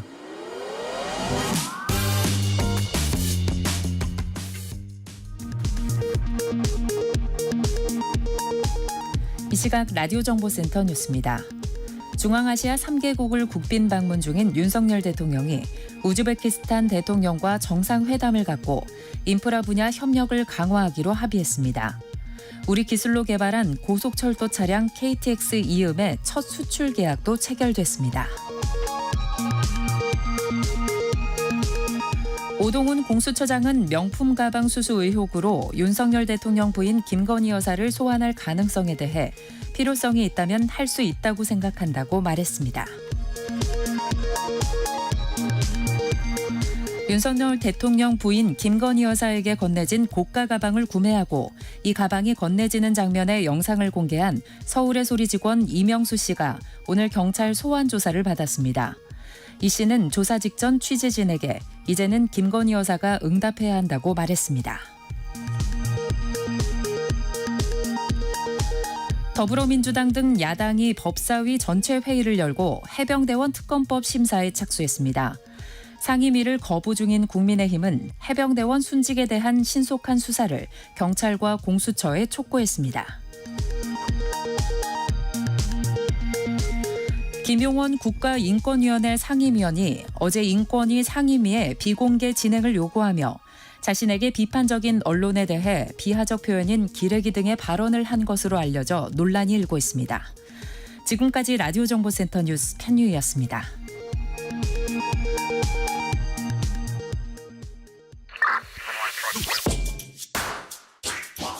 뉴스의 진수를 보여주는 인터뷰 뉴진수.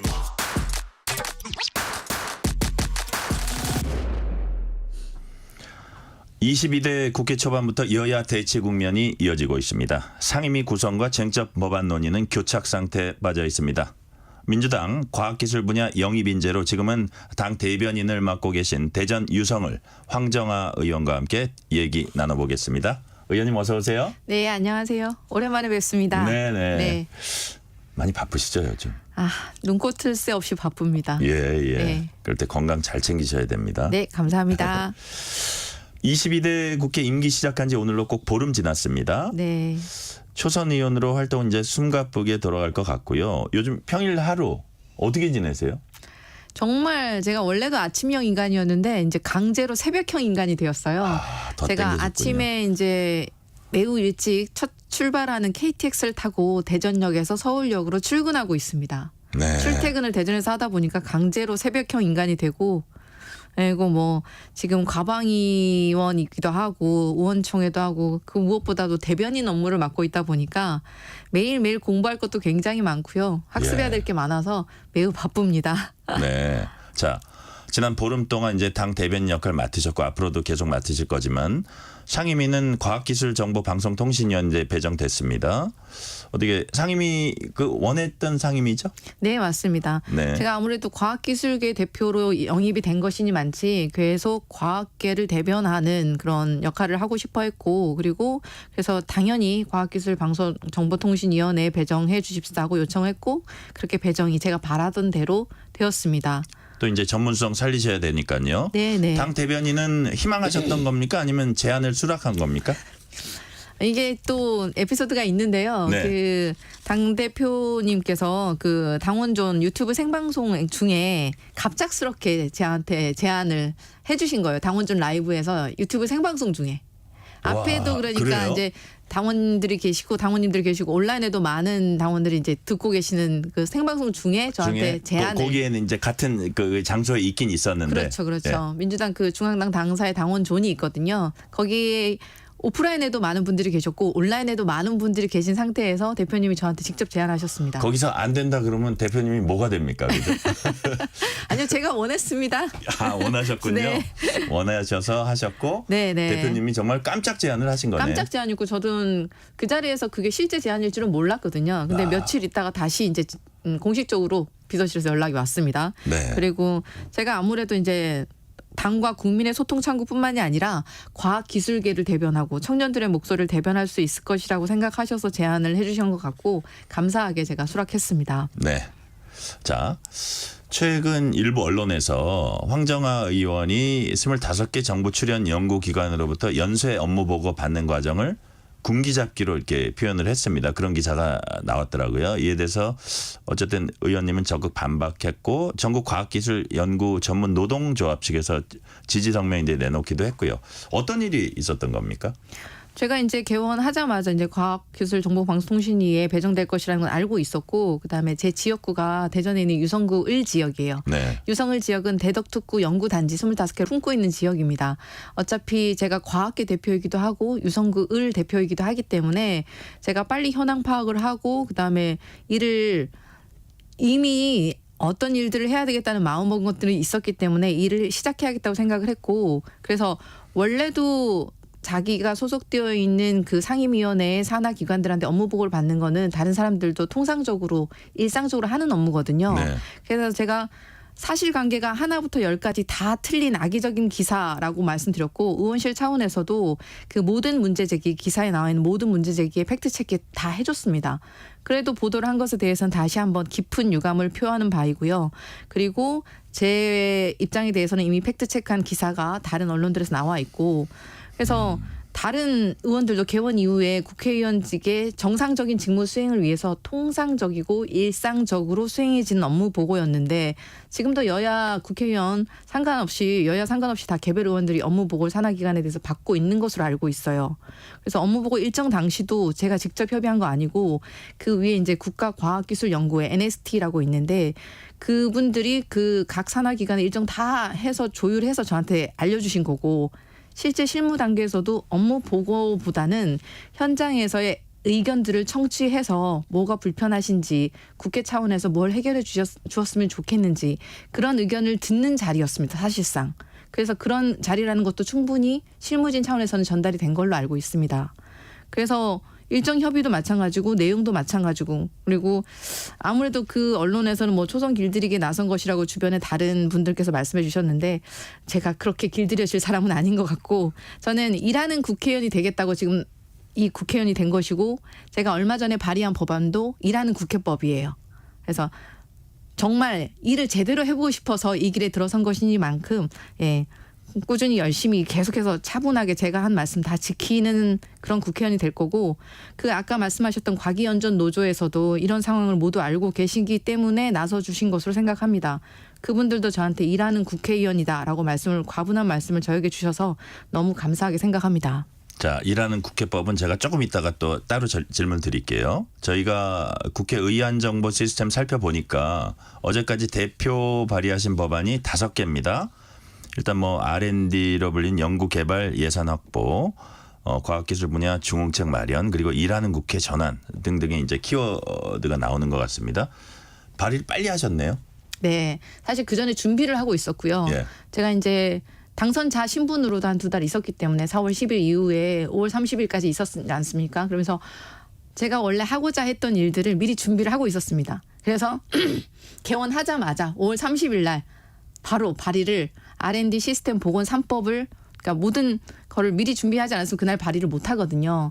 그리고 공동 발의자들도 이제 다 미리 모아야 되는데 다른 많은 의원들이 그때까지 다 이렇게 정리가 안 되는, 사무실에 입주도 못 하고 계신 분들이 많았거든요. 네. 그런 상황에서 수기로 다 돌아다니면서 인장 찍었습니다. 5월 30일 날 발의하려고. 내용은 다 법제처에 다 검토받은 다음에 준비하고 있다가 30일 날 바로 발의를 한 게 지금 R&D 시스템 복원을 위한 3법입니다. 네. 자, 이제 눈에 띄는 것 중에 하나가 일하는 국회법입니다. 정당한 사유 없이 국회의원이 회의 불출석할 경우 뭐 세비 삭감하도록 하는 내용 등이 이제 담겨 있는데, 일하는 국회는 정말 모든 저희 국민들의 소망일 겁니다. 맞습니다. 근데 이제 세비 삭감으로 국회의원들을 좀 그래도 좀 움직일 수 있을까요? 어떻게 보세요? 실효성이 있다고 보세요? 저는 실효성이 있다고 보고요. 네. 사실 이 법을 이제 처음에 발의했을 때의 생각은 그날이 첫 본회의가 열리는 날 제가 또 발의를 했거든요. 네. 그러니까 본회의 1차 저희 전체 회의 할 때 민주당 의원과 야당 의원들 빼고 여당 의원들이 전원 비어 있는 상태였습니다. 그러니까 여당 의원들이 전체 본회의도 지금 보이콧을 하고 있는 상황이었기 때문에 그리고 상임위원회도 빨리 열어서 일을 했으면 좋겠다는 생각에서 네. 좀 이렇게 예, 그분들한테 조금 각성을 하자는 의미에서 촉구를 하자는 의미에서 예, 발의를 하게 되었습니다. 네. R&D 관련법 보니까 일단 국가 예산 5% 네. 여기에 이제 주목하는 것 같습니다. 일각에선 이게 정부 예산 편성권 침해가 아니냐, 또 5%로 이렇게 막 정해 놓는다는 게 문제 제기가 있습니다. 네, 이런 맞습니다. 부분은 어떻게 보세요? 그 부분도 제가 충분히 검토를 했고요. 네. 정부의 예산 권한을 전부 배제하는 것도 아니고 그다음에 특정 사업에 대해서 법률에 담은 것도 아니고 그래서 국회 입법권에서 벗어나지 않아서 위헌성이 없다라고 저는 판단을 했고요. 기초연금법에는 20만 원이라는 정액이 법에 담겨 있고 R&D 국가 예산 목표제는 이보다 정부의 자율성은 훨씬 더 높은 법안이라고 생각합니다. 네. 게다가 과거 국민의힘의 전신이었던 한나라당에서 찬성자 116명의 명의로 낸 국가 건전 재정 법안이 있습니다. 네. 여기서는 행정부의 심의 결과도 아니고 기재부의 예산 편성 지침까지 전부 국회 동의를 받도록 한데 이미 한나라당에서 동의했던 적이 있습니다. 제 법안은 그거보다 훨씬 더 낮은 단계의 국회 견제 수단이라고 생각하고 있습니다. 네. 자, 과학기술 예산과 관련해선 여당에서도 예비 타당성 조사 면제 대상 확대하는 방안 이런 포함된 법안을 내놨다고 해요. 여기에 네. 대해서 어떻게 평가하세요? 이거에 대해서는 제가 따로 이제 대변인 논평도 내고 그랬었는데 네. R&D 예타 개선 자체는 굉장히 상징적이에요. 과학기술계가 오랫동안 바래왔던 수건 중에 하나인 것은 맞습니다. 네. 근데 이렇게 그 과정에서 의견 수렴 없이 현장 연구자들의 의견을 전혀 반영한 절차나 방식 개선에 대해서 물어보지도 않고 무턱대고 제도만 폐지하라는 뜻이 아니었거든요. 예타 과정에서 그 사업이 얼마나 현실성이 있는지 우리의 세비와 혈세가 들어가는 사업들이라고요. 그러니까 아주 꼼꼼하게 정밀하게 체크가 되어야 되는데 그 과정에서 좀 절차를 조금 더 업그레이드 그러니까 그런 검증하는 과정 자체는 좀 더 교정이 되어야 된다. 업그레이드 돼야 된다는 게 현장에서의 의견이었고 제도 개선이 전혀 없이 예타만 폐지되면 그러면 그 과제를 누가 결정할 것인가? 현장 연구자들이 결정할 건 아니기 때문에 정부 내에 힘이 있는 한두 사람의 목소리에 의해서 예산이 편성될 것이다. 라는 것이 현장 연구자들의 가장 큰 우려입니다. 네. 사실상 예산이라는 게 지금 밥 지을 쌀인데 밥 지을 쌀은 다 뺏어가 놓고 아시겠지만 올해 R&D 예산이 4조 6천억 삭감되었는데 밥 지을 쌀을 다 뺏어 놓고 구멍이 숭숭숭 뚫려 있는 가마솥을 선물해 주겠다는 거랑 마찬가지거든요. 그래서 대통령이 과학기술 R&D에 대한 생각을 바꾼 것이라면 일단 올해 이렇게까지 삭감한 것에 대한 잘못을 먼저 인정하고 지금 현장이 완전히 초토화되었는데 과학기술기가 요청하고 있는 하반기 R&D 추경에라도 이렇게 전향적인 의향을 보여주는 게 먼저라고 생각합니다. 네. 조승범 님이 이런 문자 주셨어요. 과학자가 얼마나 답답했으면 정치권으로 뛰어들었을까 싶네요. 과학계를 위해 일 열심히 해주세요. 감사합니다. 열심히 하겠습니다. 자, 공동 발의한 거 중에 이거는 꼭 빨리 해야 된다 이런 거 하나만 좀 소개해 주시면 어떤 게 있을까요? 사실 제가 과방위 위원이라서 오늘 그 언론 정상화를 위한 방송 사업법을 벌써 발의를 하셨어요. 그리고 또 서영교 의원님이 대표 발의하신 구하라법도 제가 공동 발의를 했는데 구하라법도 꼭 통과시켰으면 좋겠습니다. 네. 자, 다음 질문으로 넘어갈게요. 22대 국회가 임기를 시작한 후에 모든 의사 일정은 여당의 불참 속에 민주당을 비롯한 야권만 참여한 가운데 지금 진행이 되고 있습니다.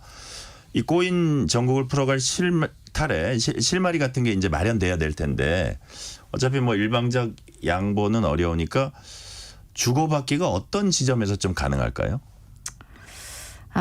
어려운 질문인데 국민의힘이 대통령 부부 방탄이 아니라 국민을 섬기는 그러니까 국정을 책임지는 책임 있는 당이 되었으면 좋겠습니다. 그래서 국민들이 이번에 총선에서 보여주셨던 그 민의 그리고 좀 일 좀 하라는 일하는 국회가 되어달라는 그런 국민의 명령을 받아들었으면 정말 좋겠고 민주당이 이미 7개 상임위원장에 대해서 국민의힘의 몫이라고 밝혔습니다. 그래서 대통령 부부 방탄만 아니라면 충분히 이 부분을 수용할 수 있는 부분이라고 생각을 하고요. 헌정사상 처음으로 야당에 이렇게 압도적인 과반 의석수를 맡겨주신 국민의 뜻이 좀 무엇인지 좀 알고 이제라도 좀 본회의도 나오시고 상임위원회도 나오시고 상임위가 좀 정상적으로 돌아가서 지금 현안인 민생 문제들 굉장히 많거든요. 시급히 처리해야 될 문제들이 산적해 있는 상황에서 계속해서 이렇게 일을 안 하겠다라고 목리를 부리고 있는 것은 조금 국민들이 보기에도 너무 불편하신 부분이 아닌가 생각합니다. 그래서 조금씩 양보를 해주시고 7개 상임위원장을 가져가시는 방향으로 타협이 되면 좋지 않을까 저는 생각합니다. 네. 황 의원님께서 대표 발의한 국회법 개정안 보니까 국회 상임위에서 여야 간사 간 의사 일정과 개회 일시 협의가 이루어지지 않으면은 위원장이 국회의장에게 중간 보고를 하고 의사 일정과 개회 일시를 정할 수 있다. 이런 네. 부분이 있더라고요. 네네. 그러면 여야 합의되지 않은 상태에서 상임위 열 수 있는 근거를 명문화했다 이렇게 봐도 되나요? 그렇습니다. 간사 간의 합의에 따라서 여는 것이 관례인 것은 맞습니다. 그런데 그 관례라는 것이 지난 국회 때 헌정사상 최대치의 거부권 행사하고 또 앞으로도 계속 거부권을 행사할 것을 예고한 대통령 때문에 이미 그러한 관례를 지킨다는 게 의미가 없는 상황이라고 생각했습니다. 집권 여당이 이렇게 국회를 전면적으로 보이콧하는 사태가 전례가 없는 사태가 지금 벌어지고 있고 상임위원회도 원래 네. 합의가 아니라 협의에 따라 개회할 수 있다라고 되어 있습니다. 민주당은 현재 법대로 하고 있는 거예요. 법대로 상임위를 따박따박 개회하고 일하는 국회를 만들어가고 있습니다. 그게 국민이 바라시는 이번 총선에서 보여주신 민의라고 생각했기 때문에 하지만 향후에도 국민의힘이 국회에 복귀하면 그러면 합의에 임하라면서 또 계속 목리를 부릴 수가 있는 상황이라서 이를 원천적으로 방지하고자 법대로 하자. 그 법을 명시해 두고자 합니다. 예. 네. 자, 여당은 이제 진성준 의원은요. 패스트트랙 불리는 신속 처리 안건 법안 처리 기간을 현행 330일에서 75일로 대폭 단축하는 법안 내놓기도 했습니다. 네네. 이거 역시 이른바 입법 속도전의 일환인데 그렇습니다. 이거 역시 민주당 단독으로 국회 운영하겠다 이런 의지의 표현이다 이렇게 여권 쪽에서는 또 비판이 나오고 있어요. 이런 부분은 어떻게 보세요? 저희는 민주당 단독으로 운영하겠다는 것이 아니라 국민의힘의 발목 잡기를 더 이상 용납하지 않겠다는 의지를 표명한 것입니다. 21대 국회 후반기에 국민의힘이 법사위원장 수행하면서 입법 바리케이트 치지 않았습니까? 그래놓고 다시 법사위원장을 달라고 하면 그때 사태를 또 한 번 반복하게 되지 않겠습니까?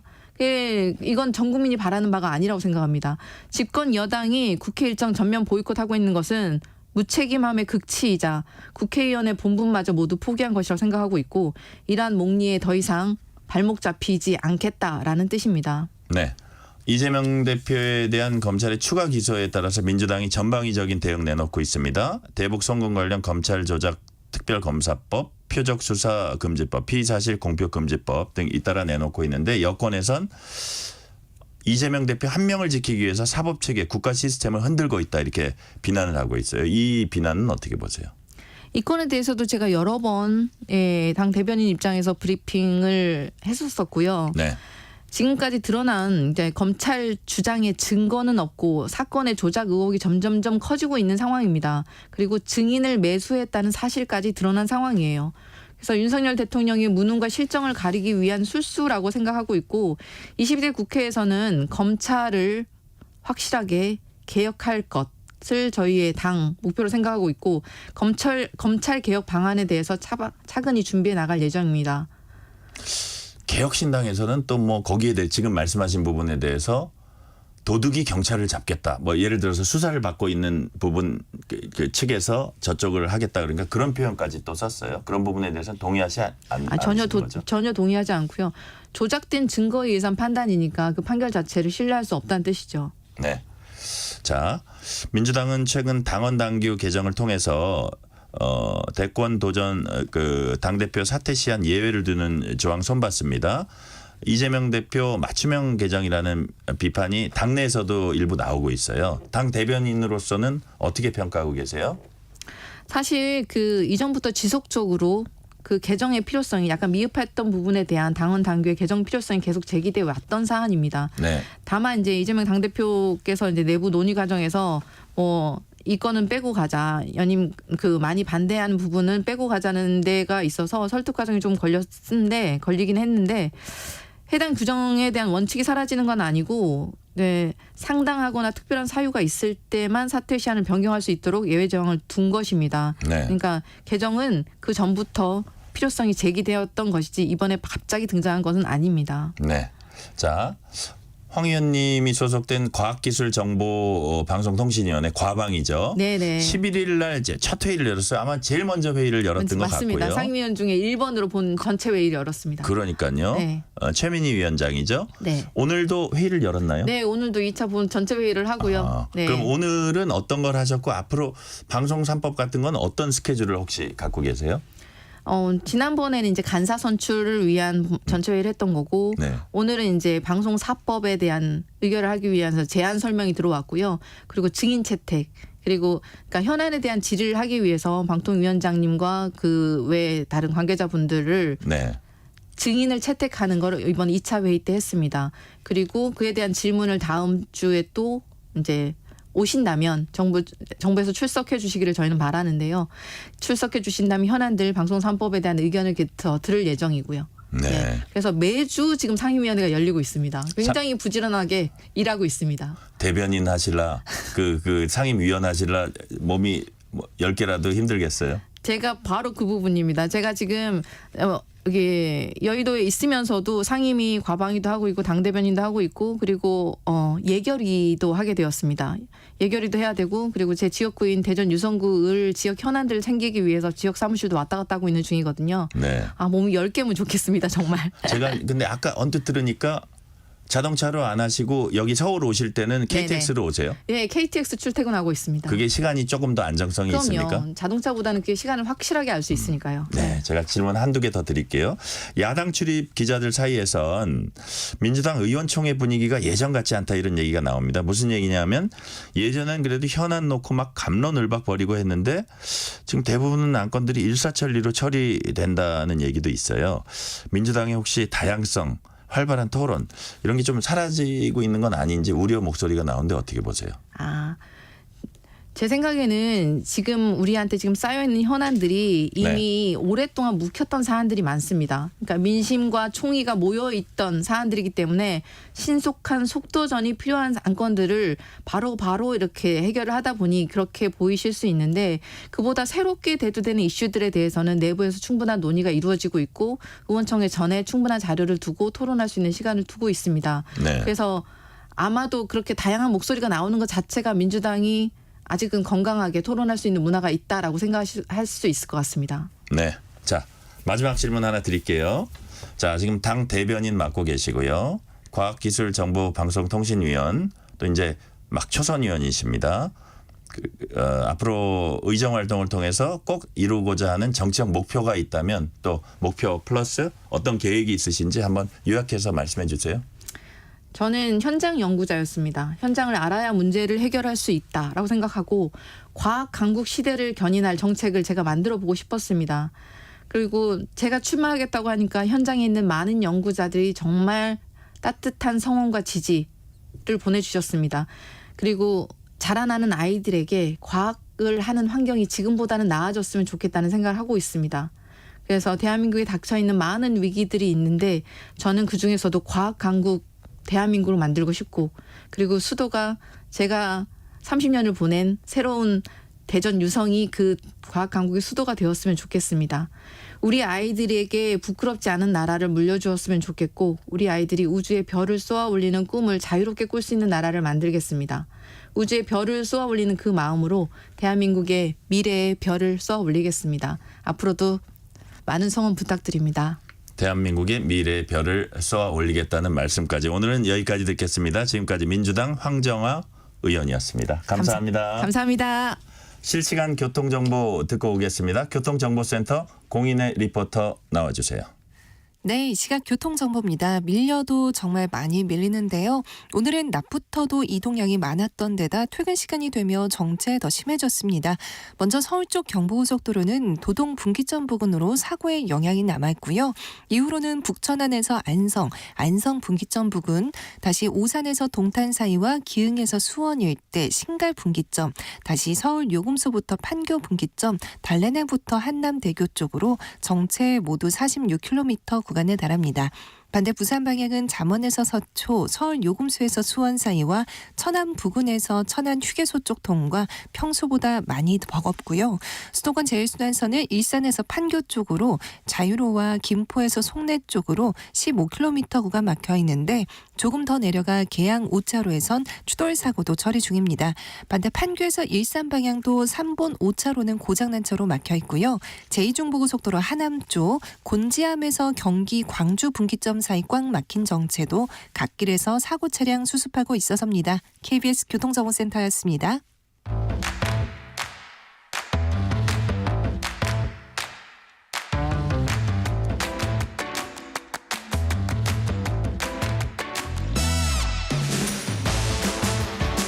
파고 또 파고 골라서 엄선한 뉴스만 전해드립니다. 파파뉴 코너. 오늘은 손지은 서울신문 기자 나오셨습니다. 손 기자님 어서 오세요. 네, 안녕하세요. 국민의힘 새 지도부를 선출하는 전당대회 룰 선출 방식이 확정이 됐습니다. 이번 전당대회 어떤 방식으로 치러집니까? 네, 7월 23일에 치러져서 7.23 전당대회입니다. 네. 당원 투표 80%, 일반 국민 여론조사 20%를 반영하는 것으로 최종 확정이 됐습니다. 그동안 당원 당규 개정 특별위원회가 이 룰을 논의해 왔고요. 이 안에서는 결론을 못 내서 막판에 7대3, 30%를 반영할 것이냐, 아니면 8대2, 20%를 반영할 것이냐, 복수안을 비대위로 넘겨서 어제 비대위가 결정을 했습니다. 네. 그럼 이제 남은 절차들이 상임 전국이 요 투표들이 있는데요. 여기서는 뭐 결과가 뒤집어지지는 않을 것으로 보입니다. 룰 세팅이 완료되면서 후보 등록은 23일, 24일로 예정이 되고 있습니다. 이 전당대회라는 거는요, 한 정당의 대축제라고 저희들이 보통 이야기를 합니다. 그렇죠. 당원들의 가장 큰 행사고요. 이 뽑는 방식이 당원들의 선택과 일반 국민들의 선택을 믹스해서 혼합하는 게 우리 정당들의 특징입니다. 국민의힘은요, 정통적으로 이 당 밖의 경쟁, 예를 들면은 서울시장 후보로 나간다든지 가서 다른 당의 후보와 결정해야 될 때는 민심 반영 비율을 50%까지 끌어올리기도 하는데, 당내 선거에서는 민심을 30% 정도 반영하고 당원 투표 70%를 반영하는 게 전통적인 7대3 황금룰이라고 여겨져 왔습니다. 네. 그러다가 지난해였습니다. 3.8 전당대회, 이 김기현 지도부가 출범했던 전당대회에서 이 전당대회를 앞두고 친윤계 주도로 당심 100%로 룰이 바뀝니다. 이게 당심을 많이 반영하는 것 자체가 나쁜 것은 아닙니다. 이제 미국이나 영국의 선진 정당들에서는 당심으로만 전당대회를 치르는 경우도 많습니다. 그런데 당시에 친윤 당대표를 만들기 위해서 무리수를 두는 정황들이 굉장히 여러 번 포착이 됐고, 또 용산의 뜻이 반영된 것 아니냐라는 의심이 나오면서 비판이 매우 거셌습니다. 네. 이번엔 민심 반영을 50%까지 올려야 한다. 이런 목소리도 한때 나오지 않았었나요? 네, 왜냐하면 이번에 지도부를 새로 뽑는 이유가 40총선에서 대패를 해서 지도부가 붕괴됐기 때문에 치르는 전당대회입니다. 자, 그러면 언제까지 이렇게 선거 참패를 반복할 수는 없기 때문에 새 지도부, 새 리더십을 세우자는 의미로 그렇다면 민심 반영을 좀 최대폭으로 끌어올리자라는 의견들이 있었습니다.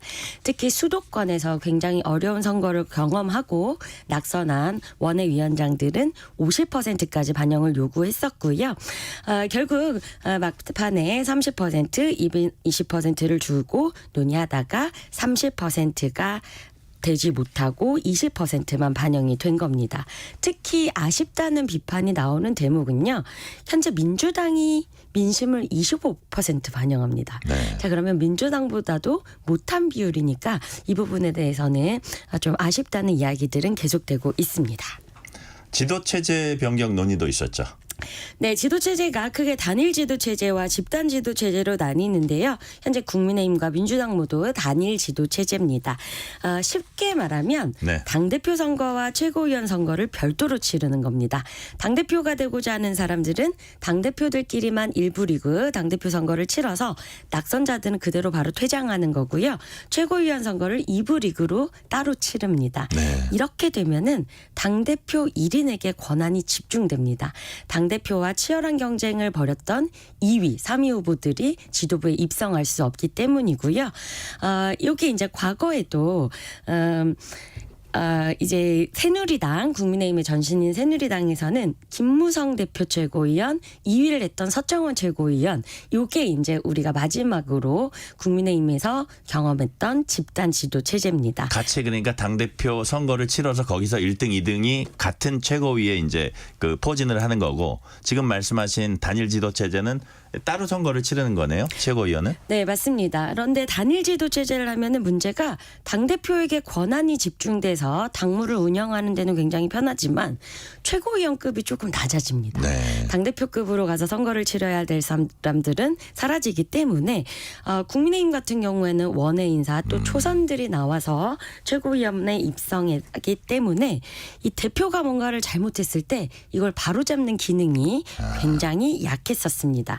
그래서 이번에는 총선에도 참패했으니 이 지도체제를 논의해보자라는 말들이 나왔으나 결국 현행 제도를 유지하기로 했습니다. 황의호 비대위원장의 이른바 하이브리드 2인 부대표 체제 아이디어도 한때 말씀하신 대로 나왔었어요. 그죠? 네, 이제 좀 절충형이다 해서 뭐 네. 2위 득표자까지 당대표 또는 3위 득표자까지 최고위에 입성시키는 방안이 아이디어 차원에서 거론되긴 했지만 좀 다소 억지스럽고 시간이 없다라는 이유로 불발이 됐습니다. 그리고 무엇보다도요.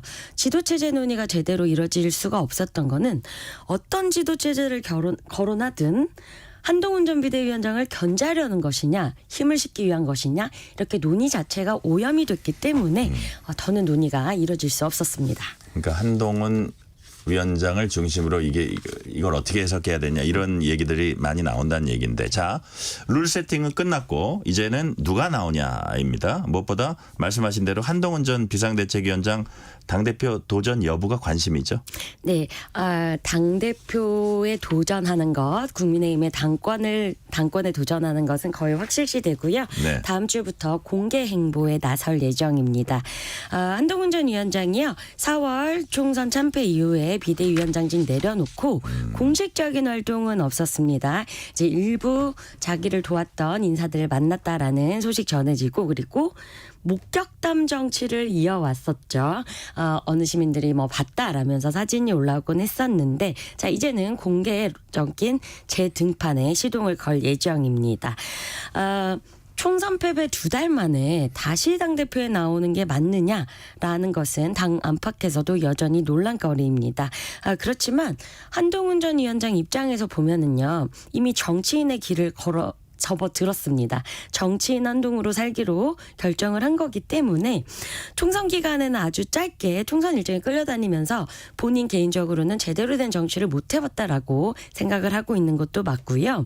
자, 그리고 윤석열 대통령, 윤석열 모델이라고 하는 이 정치 경험 없이 곧바로 대통령이 되는 이 모델에 대해서는 사실 이제 국민들의 우려가 많이 커진 상황이기 때문에 한동훈 전 위원장으로서는 이 당무 경험, 그다음에 정당 운영 경험, 정치인으로서의 경험을 쌓아야 하기 때문에 이번 전당대회에 나올 수밖에 없습니다. 그런데 윤석열 대통령과의 갈등, 우리가 윤한 갈등이라고 했던 것을 어떻게 풀어나갈지에 대해서는 이 시기적으로 굉장히 어려운 상황입니다. 지금 뽑히는 당대표는 당연히 대통령과 차별화, 각을 어느 정도는 세워줘야 하는데 윤석열 대통령의 임기는 사실 3년이나 남아 있어서 이 어려운 고차 방정식을 한 전 위원장이 어떻게 풀어가느냐, 이건 관건입니다. 네. 다른 당대표 후보군 누구 있습니까? 네, 지난해 당원 여론조사 1위에도 친윤계의 다소 폭력적인 주저앉히기로 당대표 출마를 접었던 오선의 나경원 의원 있습니다. 여러 의견을 구하면서 출마를 고심 중입니다. 그리고 이제 4년을 쉬고 국회로 돌아왔기 때문에 연구단체 이런 활동들도 활발하게 펼치고 있습니다. 네. 국회 인구와 기후 그리고 내일 요 줄여서 인기내라고 하는데요. 요 연구단체를 만들었고 현역 의원 28명이 이름을 올렸습니다. 지난해 나경원 당시 이제 의원이 아니었죠. 원외 인사였고 유엔 기후환경대사 그리고 저출산 고령사회위원회 부위원장을 맡고 있었는데 전당대회 출마 여부가 논란이 돼서 윤석열 대통령이 이 두 가지 직에서 모두 해임을 한 바 있고요. 이제 당시에 저희가 쌍해임이다 이런 표현을 쓰기도 했었는데 그때 이제 직을 내려놨던 기후 저출생 문제를 합친 연구단체를 이제 추진을 하고 있는 겁니다. 자, 그리고 이 연구단체에 같이 해서 돕고 있는 의원들은요. 또 언제든 나경원 의원이 출마를 결심하면 곧바로 나경원 캠프로 전환할 수 있는 인물들입니다. 그리고 나경원 의원은 어제 이 한동훈의 출마설에 대해서 원외 당대표의 한계론을 꼬집었습니다. 이제 본인이 원내대표 시절에 황교안 자유한국당 대표가 원내대표였고 당시 좀 많은 갈등이 있었고 국회 상황에 대응하기에 한계가 있었다. 이런 점을 지적하기도 했습니다. 자, 그리고 네. 이제 안철수 의원 그리고 윤상현 의원 등도 아직 출마를 확정하지는 못했지만 당권 주자로 꼽힙니다. 윤상현 의원은요 페이스북에 총선 패배에 책임지고 사퇴한 분도 그 자리에 다시 나오겠다고 한다. 그러면 뭐하러 사퇴했느냐라면서 패장 한동훈 불가론을 펼쳤습니다. 안철수 의원도요. 지금 전당대회를 앞두고 오로지 특정인의 출마, 개파와 권력 충돌 여부에만 관심이 쏠려 있다라고 비판을 했습니다. 당원 여론조사에서는 밀리지만 전국민 여론조사에서 한동훈 전 위원장이랑 1, 2위를 다투는 유승민 전 의원도 당권에 도전할지 여부를 고심 중입니다. 네, 저희 프로그램에 나와서 이제 곧 아마 그 여부를 밝힐 것 같다고 말씀하셨고요. 자, 김재섭 후보 초선이죠. 김재섭 의원도 지금 당대표 출마 얘기가 좀 나오고 있어요. 네, 이 전당대회가 혁신 전당대회랑은 많이 멀어졌다라는 우려가 다 당 안팎에서 고조가 됐고요. 자, 그러면서 1987년생입니다. 30대고요. 이번 총선에서 강북의 험지 또 국민의힘으로서는 험지 중의 험지인 서울 도봉갑에서 생활한 김재섭 초선의 김재섭 의원이 변수로 떠오르고 있습니다. 김재섭 의원은요, 이번에 영입된 청년 정치인 아니고요. 4년 전에도 총선을 치러서 낙선했고 4년 동안 절치부심 끝에 이번에 당선이 돼서 국회에 입성한 사례입니다. 김재섭 후보가 당대표에 나서서 당의 달라진 모습을 보여줘야 한다. 이런 목소리들이 계속되고 있고요. 다만 나오지 말아야 한다는 의견도 많습니다. 이것도 김재섭이라는 자원을 국민의힘이 키워야 한다라는 중진들의 우려 중에 하나인데요. 어떤 분은 이제 이런 말씀도 하시더라고요. 다음 총선 때 국민의힘이 수도권에서 하는 것은 김재섭 모델밖에 없다. 험지의 청년 정치 표본이다. 라면서 당대표나 어떤 당직을 맡지 않아야 된다라고 우려하는 분들도 있고요. 네. 자, 그리고 일부에서 친윤계가 한동훈 전 위원장이 당권을 잡는 것을 막기 위해서 김재섭을 밀 것이다 라는 일각의 추측이 나왔습니다. 이 부분에 대해서는 김재섭 의원이 단호하게 오늘 불쾌감을 표했습니다. 국회에서 기자들을 만나서 제 정치적 소임은 친윤이라는 이름으로 당을 망쳐놓은 사람들을 개혁하는 것이다. 이 나의 정치적 소임을 다하는 게 내 정치의 목표다라고 말해서 그 친윤계의 지연설은 단호하게 일축을 했고요. 네. 다만 당대표 출마 여부는 계속 고심 중입니다. 자, 그리고 김웅 전 의원은요. 재섭아 당을 위해 한번 죽어봐라 라면서 출마를 촉구하기도 했습니다. 네. 또 다른 좀 주목할 만한 분이나 혹은 다른 관전 포인트 어떤 게 있을까요?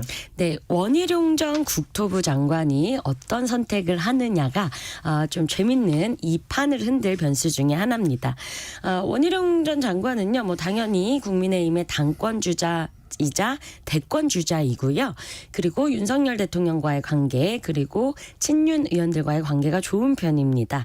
만약에 친윤계가 원희룡으로 힘을 모으자고 의결을 한다, 단결을 한다면은 판세가 흔들릴 수 있습니다. 자, 그리고 두 번째는요, 최고위원 선거입니다. 지금 국민의힘의 당원 당규는 최고위원들 몇 명 이상이 그만두면 자연스럽게 지도부가 붕괴하도록 돼 있습니다.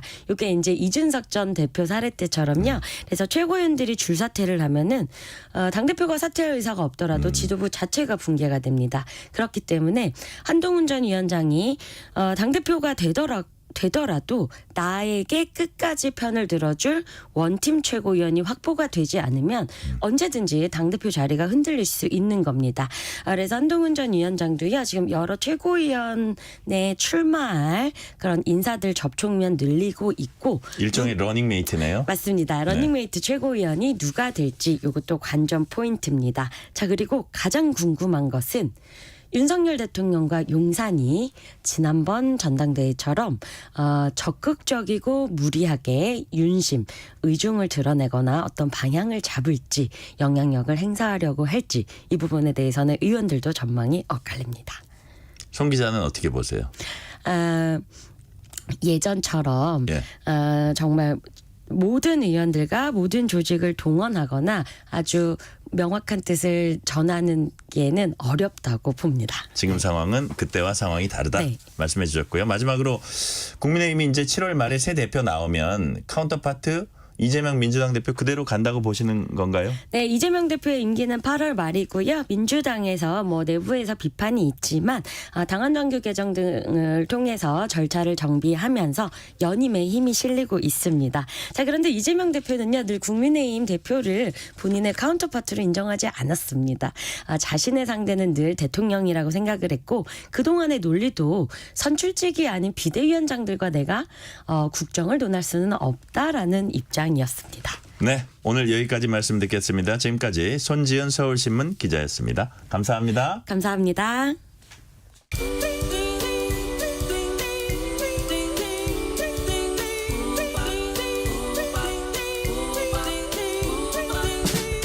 오늘 하루 뉴스를 정리해주는 다정한 편지 한 통. KBS 일라디오 뉴스레터 K.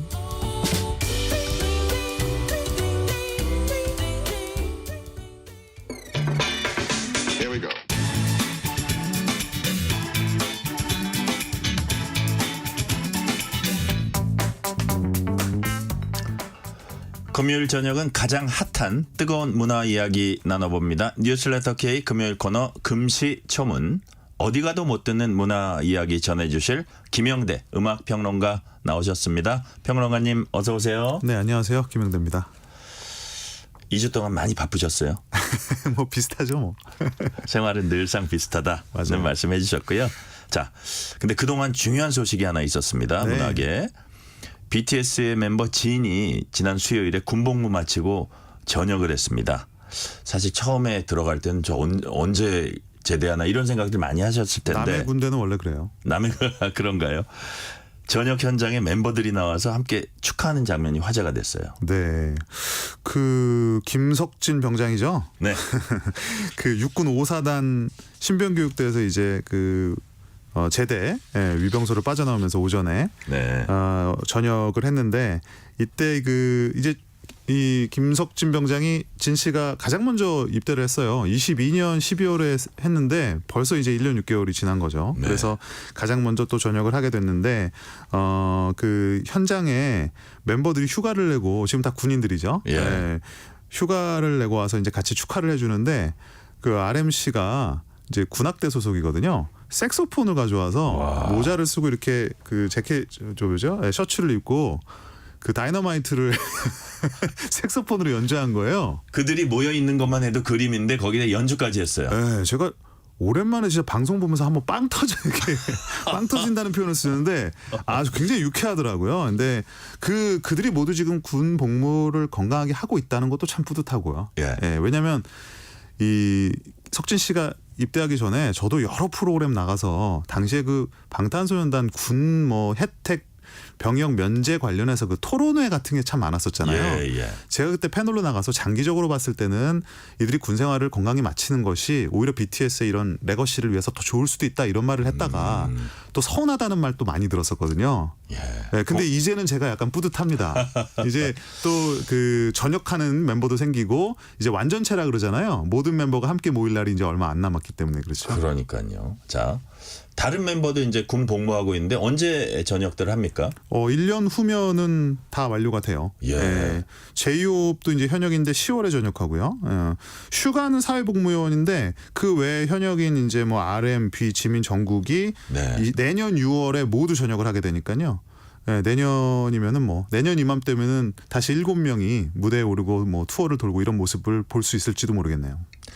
와, 그럼 말씀하신 대로 1년 후면 BTS 다시 완전체 볼 수 있다는 건데 정말 국방부 시계는 돌아가는군요. 네, 남의 군대는 빨리 돌아가는 것 같아요. 그런데 어제 BTS 데뷔 11주년 맞아서 기념행사도 있었다고 해요? 네, 이게 이제 페스타라 그래서 방탄소년단이 6월 13일에 데뷔를 했거든요. 그래서 매년 6월 13일에 이 페스타라고 하는 이제 각종 축제죠. 뭐 공연도 하고 팬들의 뭐 어떤 다양한 액티비티도 하고 뭐 물건도 팔고 이러는 행사인데요. 이게 이번에는 그 진 씨가 전역을 하면서 이 자리에서 팬들과 정말 전역 후 처음으로 만나는 팬 이벤트까지 열었습니다. 네, 그래서 뭐 당연히 대단한 성원이 있었고요. 전 세계에서 몰려든 방탄소년단 팬들이 진 씨를 또 환호를 했고요. 즉석해서 팬들과 허그를 하는 그런 이벤트도 있었고 노래도 열창을 했고 뭐 그야말로 지난 2년을 통틀어 방탄소년단 팬들 아미에게는 가장 기쁜 날이었습니다. 네. 자, 이제 BTS 멤버 개개인에 대해서 좀 짚어볼게요. 이번에 전역한 진 멤버는 그 팀 안에서 어떤 역할을 하고 있습니까? 굳이 포지션을 나누자면 이제 서브 보컬이라고 하는데요. 서브 보컬. 네, 이제 메인 보컬을 뒤에서 받치는 역할도 물론 하지만 실제로는 이제 그 이 그룹의 특성상 그 번갈아 가면서 노래를 부르는 형태가 많기 때문에 또 굉장히 중요한 보컬리스트로서 역할을 또 하기도 하고요. 그리고 이제 공식적으로 분류는 되고 있지 않지만 사실 중요한 또 역할을 합니다. 비주얼을 또 담당을 하고 있다. 비주얼이 사실은 어떻게 보면 가장 중요한 포지션일지도 몰라요. 보시기에 평론가님 보시기에 넘버원. 그건 또 상대적인 평가잖아요. 얼굴이랑. 저도 물론 의견이 있습니다만 이런 건 상당히 조심스럽게 알겠습니다. 물론 각각의 팬들이 또 있기 때문에 확실한 거는 그 어떤 팬들도 이 진이란 멤버가 정말 비주얼이 대단하다는 사실에는 뭐 의문을 갖지는 않을 거예요. 알겠습니다. 자, 진을 포함해서 모두 7명 member 있습니다. 그중에 RM이 리더죠. 그렇습니다. 그래서 이제 여러 활동 활발히 해서 많은 분들이 또 기억할 것 같아요. RM은 그 우리가 BTS라는 그룹을 생각했을 때 여러 가지 면모가 있지만 그중에 지적이고 사색적인 면모가 있거든요. 그게 어떻게 보면 이 RM이라는 멤버에서 비롯된 어떤 그런 영향이 좀 큽니다. 그리고 솔로 활동도 방탄소년단 시절부터 해서 바로 얼마 전까지도 솔로 활동도 가장 활발하게 하고 있고요. 얼마 전에 앨범도 나왔어요. 솔로 2집 Right Place, Wrong Person이라는 앨범이 전 세계에 동시가 발매가 돼서 또 엄청난 판매량을 올리고 있고 중요한 거는 이제 대중적인 인기는 물론이지만 이 앨범을 통해서 이제 RM씨가 정말 이 싱어송라이터로서 뮤지션으로서의 역량을 상당히 또 과시를 하고 있더라고요. 그래요? 이런 부분들이 또 방탄소년단 팬들에게는 또 새로운 들을거리, 볼거리가 되기도 합니다. 타이틀곡 로스트는 들어볼 수가 없다고 해요. 이게 19금인 것 같고요. 앨범의 90%가 들을 수가 없습니다. 아, 그래요? 알겠습니다. 그렇다면 대신에 이제 들어볼 수 있는 곡이 10%는 있잖아요. 10%는. 그 컴백 투 미를 저희가 준비했습니다. 그래서 짧게 들어보고 와서 다시 얘기 나누도록 하겠습니다. 컴백 투 미. I will sleep in her eyes.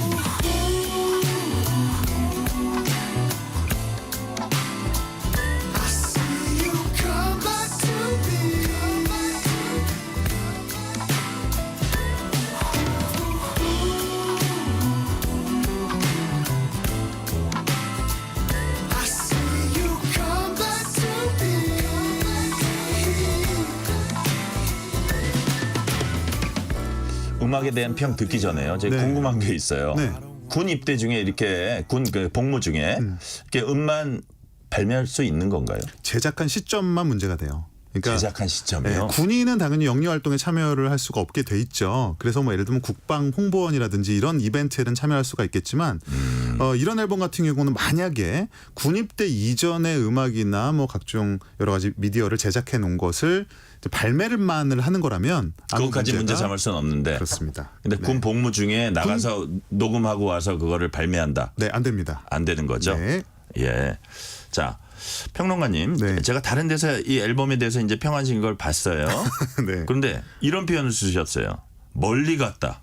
이거 무슨 뜻입니까? 멀리 갔다라는 게 이제 방탄소년단이 어쨌든 아이돌 그룹이지 않습니까? 예, 예. 그럼 우리 이제 K-팝 산업 안에 있는데 그럼 우리가 K-팝 산업 안에서 어떤 아티스트들이 이런 정도의 음악을 한다라는 우리가 어느 정도의 바운더리가 있단 말이에요. 네네네. 근데 이 RM이라는 아티스트는 우리가 통상적으로 알고 있는 K-팝의 바운더리를 넘어서 멀리 가버렸어요. 네, 어떤 아주 좀 깊기도 하고 독특하기도 하고 아주 난해하기도 한 그런 본인만의 예술성을 이제는 그 기존의 K-팝의 카테고리에 연연하지 않고 아주 지금 독창적으로 펼쳐내고 있거든요. 그런 의미에서 제가 멀리 갔다라는 표현을 썼습니다. 네. 자, RM뿐만 아니라 다른 멤버 정국도 곡을 발표했습니다. Never Let Go라는 곡 발표했는데 이 곡도 짧게 듣고 와서 얘기 나눠볼까 합니다. Never Let Go. Never let go, go, go, go, go, go. Never let go, go, go, go, go. Never let go, go, go, go, go. Never let go, go, go, go, go. Never let go, go, go, go. Never let go, go, go, go. 이 노래는 어떻게 들으셨어요? 언뜻 들어도 방탄소년단을 잘 모르시는 분들이 들어도 앞서 들으신 RM의 곡과 이 곡의 느낌은 너무 다르죠. 너무 다르죠. 네, 그러니까 RM이 조금 더 뭐 인디하다는 표현을 쓰는데요. 그러니까 대중적이기보다는 좀 더 작가주의적인 음악 세계로 좀 이제 지경을 넓히고 인디하다. 있다면, 네.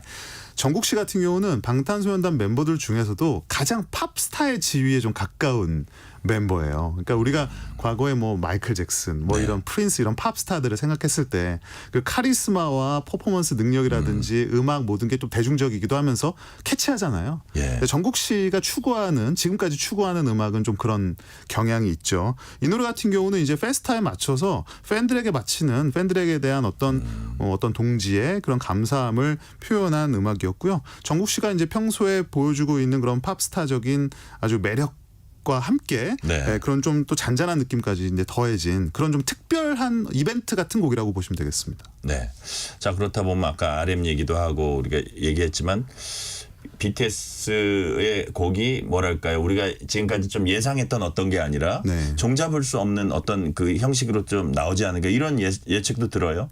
지금부터는 사실은 우리가 기존에 알고 있었던 BTS의 색깔이나 스타일은 우리가 이제 그런 스타일을 기대해서는 안 될 것 같아요. 왜냐하면 지금 데뷔한 지 10년이 됐고요. 각각의 멤버들이 이미 각자의 취향, 각자의 음악 세계가 굉장히 확고해졌어요. 그래서 이제 앞으로 보여주는 음악은 BTS라는 음악 스타일이 어떤 고정된 것이 있는 것이 아니라 그 멤버들이 각각 진짜 그 시점에 하고 싶은 음악들, 추구하는 음악들로 아주 이렇게 좋은 방향으로 흩어질 거란 말이죠.